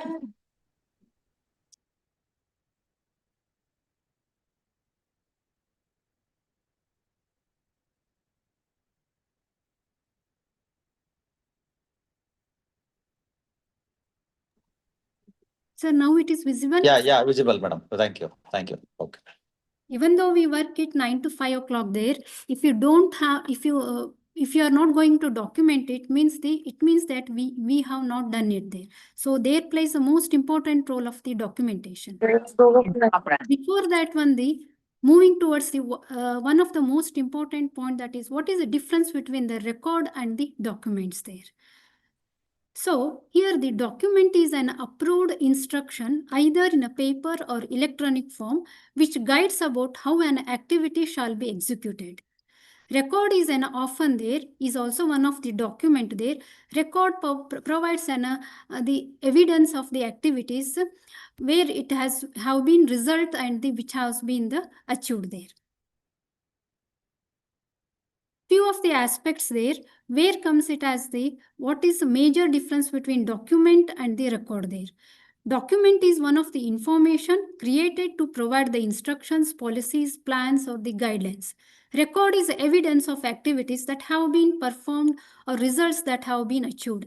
The document describes what should be done it, whereas records demonstrate what has been done. Document is a dynamic, can be revised, updated, or replaced. Whereas record is a static. Once created, it should be altered through the authorized procedures only. Document guides the implementation, and whereas record provides objective evidence for verification and accountability. Document is one of the subject to version control the periodic updates there, and whereas record is preserved as historic evidence there. Document shows a planning and compliance with the standards there. Record demonstrates the actual implementation and the achievement the outcomes there. These are the few of the example for document and records. For document, whereas NCSM PG curriculum, it might be the academic calendar, lesson plans, course outcomes, program outcomes there, assessment.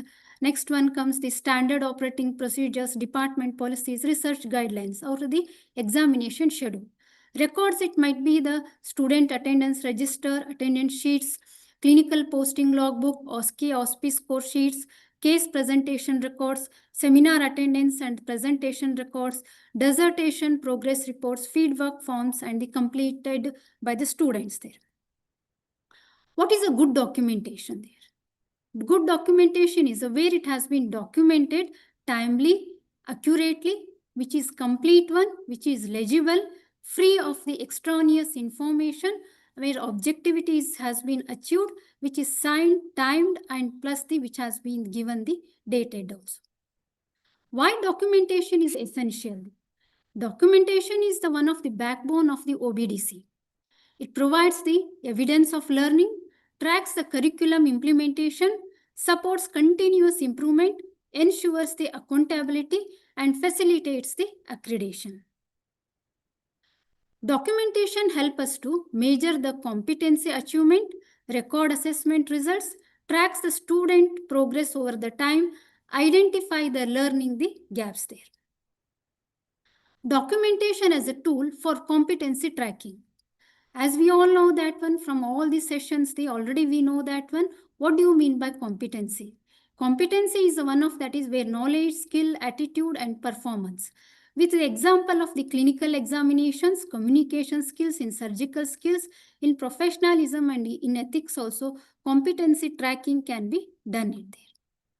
Why to track the competency and whereas the tracking help us to monitor the learner progress, detect the learning gaps, identify the strength, provide timely feedback, and supports the competency attainment.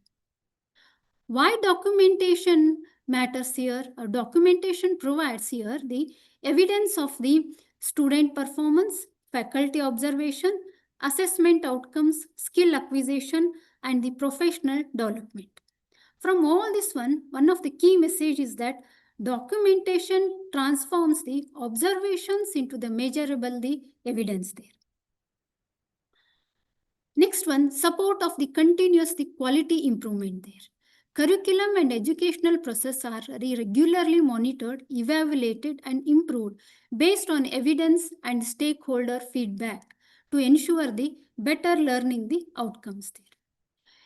So few of the key elements of the continuous quality improvement in OBDC in curriculum there. regular evaluation of competency attainment, analysis of student assessment data, feedback from the students, faculty, alumni, employers, and the patients, periodic curriculum, review and revision, continuous faculty development, improvement of teaching, learning, and assessment strategies, monitoring the graduate outcomes and institutional performance, documentation of corrective, preventive actions for the ongoing the enhancement there. Next one comes the support of the evidence-based the documentation. Documented evidence help us the answer, are the outcomes have been the achieved, which competencies need the improvement, which teaching methods are the most effective, and what curriculum changes are required, and evidence leads to the better educational decisions there. Documentation for the accreditation. Documentation demonstrates the curriculum implementation, assessment practices, outcome, the attainment, quality assurance, and continuous improvement. Think that the documentation as your the institutions, the evidence of the portfolio there. What should faculty document it? Here I have listed only few of them there. It might be the lesson plans, attendance, departmental meeting books, modular assessment, logbook or teacher's diary, students' feedback, faculty reflections, and the actions taken the report. These are all the areas where the documentation can be done there. This is long one there. So just one I will tell it. In case of teaching and learning process, lesson plans, teaching schedules, attendance records, teaching diaries, logbooks, e-learning records, seminar schedules, it can all be documented there. Next, moving on towards the benefits of the documentation in case of the OBDC there. For students, it helps in a better learning support. It helps in the fair assessment, improved the outcomes. For faculty, organized teaching, easier reporting, evidence of innovation. For institution, accreditation readiness, transparency, continuous quality of the enhancement there. Documentation is not merely the record keeping. It is evident of the where the learning outcomes are the achieved, the curriculum is improving, quality standards are maintained, and students receive the best educational experience. We need to think it as the documentation is not the paperwork. It is a proof of the quality, accountability, and continuous the improvement. What are the faculty responsibilities there? Faculty should observe objectively, record immediately, use standardized tools, provide constructive feedback, maintain the confidentiality, review the progress periodically, document at the point of the learning itself. Digital documentation comes it as learning management, the system that is LMS, e-portfolios, digital logbooks, mobile the assessment apps, and dashboard analytics. Essential components of academic documentation in PG curriculum. It starts from the admission process there, admission records, curriculum documents, teaching learning records, assessment records, clinical documentation, research documentation, feedback and reflection, and the quality assurance. Teaching learning documentation, it includes that lesson plans, attendance records, seminar schedules, journal club records, case presentation schedules, clinical posting records, skill laboratory records, and teaching the diaries. Clinical documentation, maintenance records of the case sheets, OPD, IPD postings, Panchakarma procedures, it might be from the Shalya and Shalakya from all the other departments there, emergency duties, referral cases, follow-up records, and the patient consent also there. Assessment of the documentation can be done in the for the assessment also in the form of the modular grade point and semester grade point also there, and where marks will be the documented. And next one comes the research documentation, where the PG students should maintain the first one comes the logbook, research protocol, ethics and committee approval letters, dissertation progress reports. It starts from the review of literature or the, before that one synopsis or everything where the students has to the document it. Data collection forms, statistical analysis records, publication records, conference presentations attended, dissertation submission documents there. Quality assurance documentations. Department records include faculty meeting minutes, academic audits, feedback analysis, curriculum review reports, action taken reports, continuous the medical education or FDP records there, and department annual report. Next one, moving on towards the attendance aspect there, as per the MSc gadgets there, where students shall undergo the study for a period of 3 years in PG curriculum, the student shall have to attend at least 75% of the total lectures, practicals and clinical tutorials or the classes to become the eligible for appearing in the examination. So here attendance and participation of the record documentation plays most important in the PG curriculum. Attendance records in case of theory classes, practical sessions, it might be in experiential learning, demonstration and clinical postings. Attendance in skill laboratory sessions, integrated teaching sessions, seminars and field visits. Department-wise and subject-wise, the attendance and also percentages, records of absenteeism, leave and remedial or the makeup sessions where it is applicable. Next one, in this one I have taken one of that was from the KB there, Komara Brutta, in the semester of the 3 to 6 there, where they have been given it as in practical sessions there. Students will actively participate in workshop and symposiums related towards the genetic research there. Later on, they are going to explain, giving it as the after participation, students will document their reflections, key learnings and potential applications in the logbook there. So there plays the most important role of the participation. So OBDC emphasizes the active learning. Therefore, records should document in the participation in the small group discussion, seminar, case presentation, journal club, clinical case discussion, bedside teachings. Next one comes the early clinical exposure, community-based learning activities, integrated teaching sessions, interdepartmental learning activities, SDL there, and the research activities, extracurricular academic events, and outreach programs wherever it is applicable. Why there is most importance of the attendance records? Attendance records, it demonstrates the compliance with the NCSM requirement, ensures the adequate learning exposure, supports competency achievement, identify tricks students who may need the academic support, provide evidence during the inspections and the accreditations, facilitate the eligibility for decisions for internal assessment examinations, or it might be in the clinical postings there. What is the importance of the participation in the records there? It assesses the professional competencies such as the communications, teamwork and the leadership, critical thinking and ethical conduct. Provide evidence of experiential learning, a key principle of OBDC and competency-based education. Monitor the progress in skill acquisition through participation in clinical procedures, demonstrations and simulations. Supports the formative assessment by enabling faculty to provide timely feedback and monitor the learner development. It contributes a continuous quality improvement by identifying the areas where teaching strategies or learner support require the enhancement. Demonstrate the holistic student development. What is the role in the accreditation there?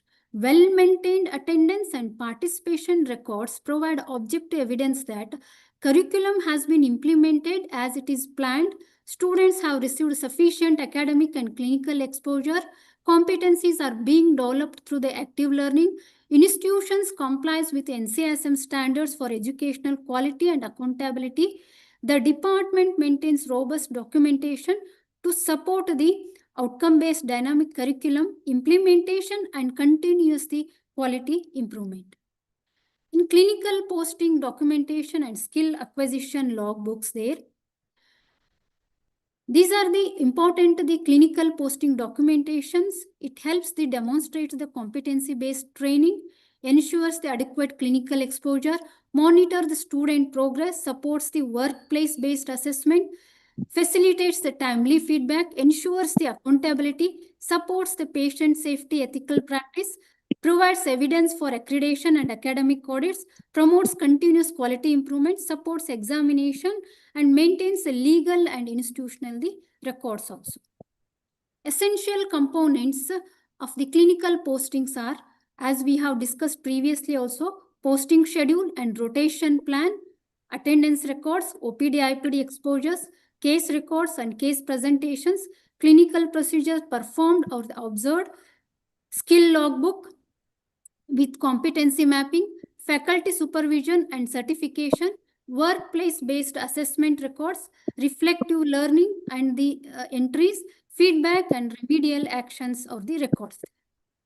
Skill acquisition and log documentations, where in case of the, this one I have taken it from the Shalya Tantra, where perform guided examination on patients or simulators. Next one also perform examination stepwise on patient or simulator. So these are all has been the one of the syllabus point which has been prescribed for a PG curriculum there. What a skill acquisition log there? A structured record documenting a skill expected during postgraduate training, learning experiences and clinical exposure, level of performance achieved by the students, faculty observations and feedback, and certifications of the competency attainment. Components of the skill acquisition logbook: students' details, department and specialty, skill competency statement, date of performance, number of attempts, and level of competencies achieved, faculty feedback and faculty signature and certification. Below I have given it, this is one of this format. According to that one, logbook structure also or the points also can be added there. Level of the skill acquisition. For level 1, it indicates the observed the procedure. 2, assisted under supervision. 3, performed under direct supervision. 4, performed independently. 5th one, able to teach or the supervise the juniors there. Importance of seminars and the journal club documentations. Here it ensures the active participation in academic activities, develops critical appraisal and presentation skills, develops the communication skills, strengthens critical thinking, supports competency-based education, facilitates the formative assessment, provides accreditation, evidence it's there. This is one of the parameter assessment parameters has been given it. Even according to the institutions, according to the faculty members, it can be changed of this one there. Importance of the case presentation and the records, the documentation. Why document case presentation is one of the most important here. Case presentations provides evidence of clinical learning and competency acquisitions, enhances the clinical reasoning, decision-making skills, integrates Ayurvedic principles with the contemporary diagnostic approaches, promotes the communication and presentation skills, supports the competency-based postgraduate training. If competency is not documented, it cannot be objectively assessed or the verified there. This is also one of the example has been given it there. What is the importance of dissertation documentation and also the research there? This is as per the from the NCSM, where the synopsis and dissertation is having the 5 credit points and the notional learning hours are the 150 there. So this is one of the academic year or the postgraduate students where they need to follow it during the 2025 to 26 batch, where they have already given the first progress review where it has to be completed, second, third, everything which has been detailed explanation which is given it from the NCSM there. And what is the importance of research and the dissertation documentation there? It ensures the systematic monitoring dissertation progresses, promotes the research competencies and scientific inquiry, facilitates the ethical and regulatory compliance, encourages the evidence-based Ayurveda and scholarly writing, supports timely completion and of the dissertation work so that the students will not be the burden there. So documentation is not the only records of dissertation or the journey, but also demonstrates the attainment of the essential research competencies and supports continuous the quality the improvement there. Next one coming towards the formative and assessment, and there are the assessment documentation, as already Suresh sir has been explained regarding towards the formative assessment and also the summative assessment. And also even scoring the modular, the grade point also, which has been explained by the sir there.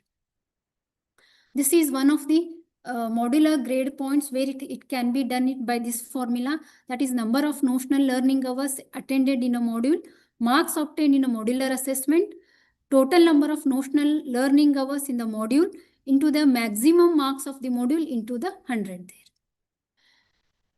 And whereas the modular assessment, it may include the theory of the open book test, it might be the Viva, it might be the DOPS, it might be the OSPI, or the next one, it might be the practical, which can be converted and can be taken for assessment, experiential learning or portfolios there. This is calculation of the semester wise, which I have taken it from the Agada Tantra department of PG curriculum there. Yes, GPA where it has been calculated. This is one of the example. Okay. Providing the effective feedback there. Even the feedback enables the learners to understand what they have done well and what they need to improve it, and help to close the gap between where a learner is and where they could or they should be there. Help the learner to evaluate subsequently, improve their own work, give the teachers a greater understanding of learners' needs, encourage the intrinsic motivation in learners, which further improves the learning there. Next point is the professional development activities there. Professional development activities, it helps for the continuous medical educations. It might be the FDPs, it might be the workshops or hands-on training programs, it might be the conferences, webinars, certificate courses of professional association activities, communication skill training, patient counseling sessions, team building exercises, professional conduct sessions, confidentiality and informed consent training also. Next one, coming towards the portfolio there, where in all the experiential learnings there, one of the point which has been explained in a PG curriculum or syllabus, that is the documentation of the portfolio. This is one of the example I have given it. In experiential learning there, any of the experiential as a portfolio, reflections, presentations can be taken for the assessment there. So what do you mean by the portfolio? Portfolio is a purposeful and systematic collection of the evidence that demonstrates the postgraduate students' the learning, competency attainment, professional development, and reflective practice throughout the training period. Under the outcome-based dynamic curriculum of NCSM, portfolio serves as a comprehensive record of academic, clinical research, and professional achievement also. Significance of this portfolio, it addresses the major gap of the structured documentation, digital academic portfolios, longitudinal tracking of competencies, structured faculty feedback and mentoring, lifelong the academic record. It encourages the shift from assessment of attendance to assessment of the competencies and professional development. These are the few of them I have given it, types of the digital the portfolios. It might be the showcase, where the showcase type of portfolio, only the where best achievement can be taken into consideration, or collection of the best work. Whereas process is the where work is progress or etc. In that case, the process portfolio can be taken it there.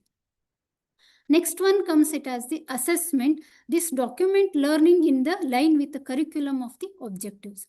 Hybrid, it might be the combination of showcase, process, or it might be the assessment there.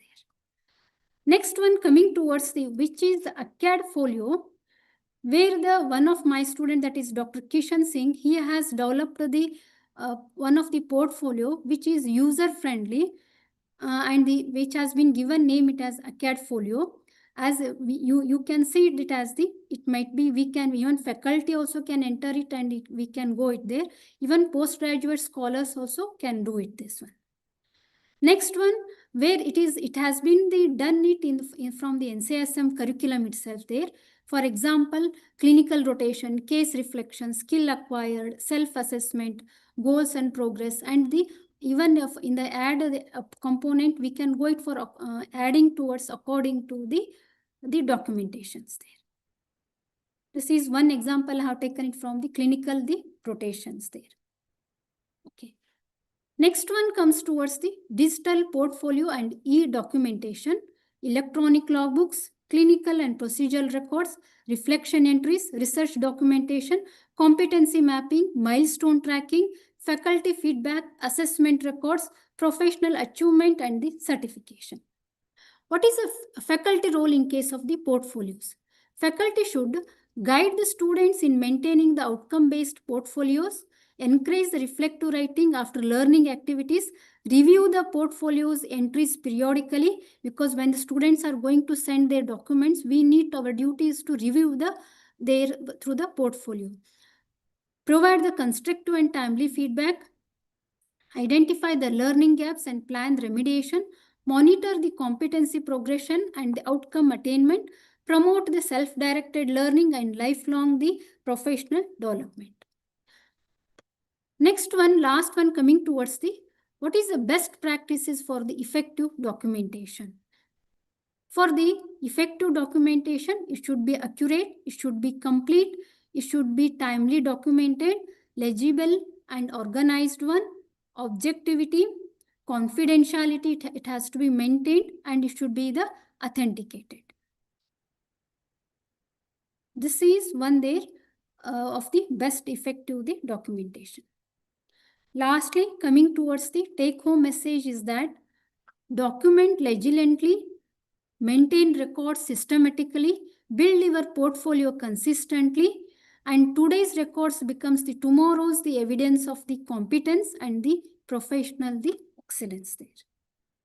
Okay, thank you one and all for patience hearing. Respected the President of NCISM and distinguished teachers there, at the outset I would like to thank and express my sincere gratitude to the NCISM and organizing committee for providing me with valuable opportunity and to share my thoughts on this important topic there. I extend my respectful thanks to Honorable President of NCISM, Dr. Allam Prabhu Gudda sir, for visionary leadership, continuous effort towards the strengthening quality education and academic excellence in Indian system of medicine. I also convey my heartfelt appreciation to the organizers, Dr. S.A. Patil sir and Dr. Kiran Talware sir and other organizing members there, and for their meticulous efforts in arranging this, enlightening the academic program. It is indeed my privilege to honor to be a part of this esteemed gathering. Thank you, Vandana. Thank you, Savita Madam, for a wonderful lecture which you have delivered, and it is really an effective.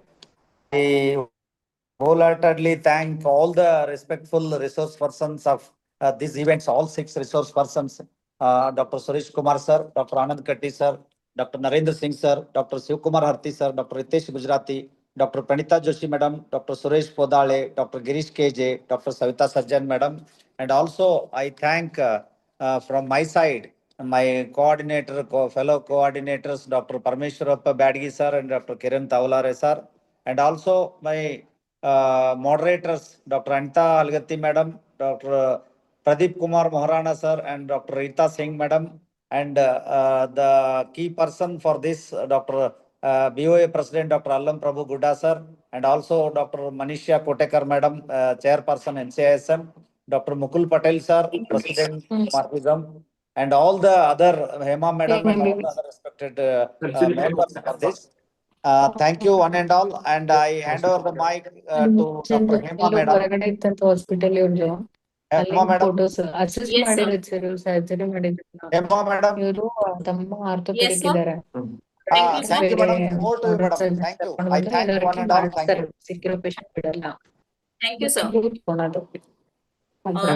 Now, on behalf of Board of Ayurveda NCSM, I ಅದೇ ಅವಾಗಿಂದ respectfully ಏನೋ invite 22 Dr. kg Kamlesh tumor Kumar ತೆಗ್ದಿದ್ರಂತೆ. Dwivedi, sir, ಅದನ್ನೇ ಹಾಕೊಂಡಿದ್ರು. Member Board of Ayurveda, deliver the vote of thanks. ಅದು Dwivedi, ತಾವ್ sir. ಹೇಳ್ಕೊಂಡ್ರೆ ಅಸಹ್ಯ ಆಗುತ್ತಂತ. Thank you, Dr. ನೀವು Hema. ತುಂಬಾ ವರ್ಷದಿಂದ ಇರ್ತೀವಲ್ಲ Already the vote of thanks has been ನಾನು given ಬರ್ತಿರ್ತೇನೆ, by ನೀವು our ಎಕ್ಸ್ಪ್ಲೈನ್ ಮಾಡ್ತೀರಿ ಅವ್ರಿಗೆ. previous coordinator. But anyway, ನಾವೀಗ as we come to the ಅಷ್ಟೊಂದು close ಅವ್ರಿಗೆ of ಗೊತ್ತಿರೋಷ್ಟು ಇರಲ್ಲ. ಅವ್ರು ಹೆಂಗ್ today's ತೆಗ್ದಿದ್ರು, program, ಏನ್ end of this ತೆಗ್ದಿದ್ರು. program, ಅಷ್ಟೇ ಒಂದೊಂದ್ಸಲಿ This is not ಹೇಳಿರ್ತಾನೆ the actually end of the study. What I was looking that has removed more than 22 kg 1,000 of people ovarian tumor ಅಂತ means our ಆಮೇಲೆ ಅವ್ರ ಮುಂದೆ faculty continue ಮಾಡ್ಕೊಂತಾರೆ teachers joined ನಮಗೆ detail ಗೊತ್ತಿಲ್ಲ ಯಾವಾಗ ಯಾವ ಇಯರಲ್ಲಿ ಮಾಡಿದ್ರೆ first day. ಏನ್ ಮಾಡಿದ್ರು Madam, please Today, mute your I video. was ಆಮೇಲೆ looking ಸರ್ that ಒಂದ್ಸಲಿ ಹೇಳಕ್ we ಚೆನ್ನಾಗ್ are ಅನ್ಸುತ್ತೆ 400 plus. ಪದೇ ಪದೇ It ಬರ್ತಾ means ಇರೋದು. that gradually we are reducing in number. ಇರ್ಕಣ್ಣ I think Dr. Hema, some sound is coming. ಮ್ಯಾರಿಡಾ Please unmute, ma'am. So, but this is my duty on behalf of the NCISM, Dr. K.K. Devedi. I'm thankful to our esteemed chairperson, Professor Risha Kotekar, ma'am, and the person who is behind this all program is Dr. Alam Prabhu sir, the President Board of Ayurveda. Our team is also Dr. Hema and others are engaged with this program. And accordingly, I'm also thankful to my colleague, member Dr. Tuba Vasane, who was here for last 3 days. My sincere thanks to my coordinators, especially Dr. Siddhan Gowda Patil sir, Dr. Kiran Tavalre sir, and Dr. Parmeshwar Gadgi sir. Our 3 moderators, Dr. Anita Halgatti, Dr. Pradeep Kumar Moharana, Dr. Rita Singh, nicely moderated the program. And a special thanks is due for Dr. C. Suresh Kumarji, the Dr. Anand Katti sir, Dr. Narendra Singh, on the first day of their talk, and Dr. Shivkumar Harti sir, Dr. Ritesh Gujarati, and Dr. Pranita Joshi. The second day, they presented well with their subjects. And for 2 days, Dr. Suresh Bodhale, Dr. Girish KJ, and Dr. Savita Sajjan. So I think we have covered most of the questions which are coming in the mind of our teachers. Our experts try to solve all these things. Still we have problem. We can contact personally or through mail. This was the aim of NCISM, that every teacher should go through this program, this FDP. And in near future, we are also planning with some other programs, FDP program for 3 days physical for the teachers. So NCISM is working relentlessly for the development of the faculty. So on behalf of NCISM, I'm thankful to all the persons who are present today as a listener. If they have any questions in mind, we are connected with each other, with the teachers also. So you can contact personally to that teacher also. But the important thing is that we are more than 30,000 teachers. So the number is not sufficient, which we are looking. But I think you will percolate all these knowledges to our co-faculty members. With these words, I'm again thankful to you all. Thank you. Thank you all. Namaste. Pranam. Thank you, sir. Namaskar.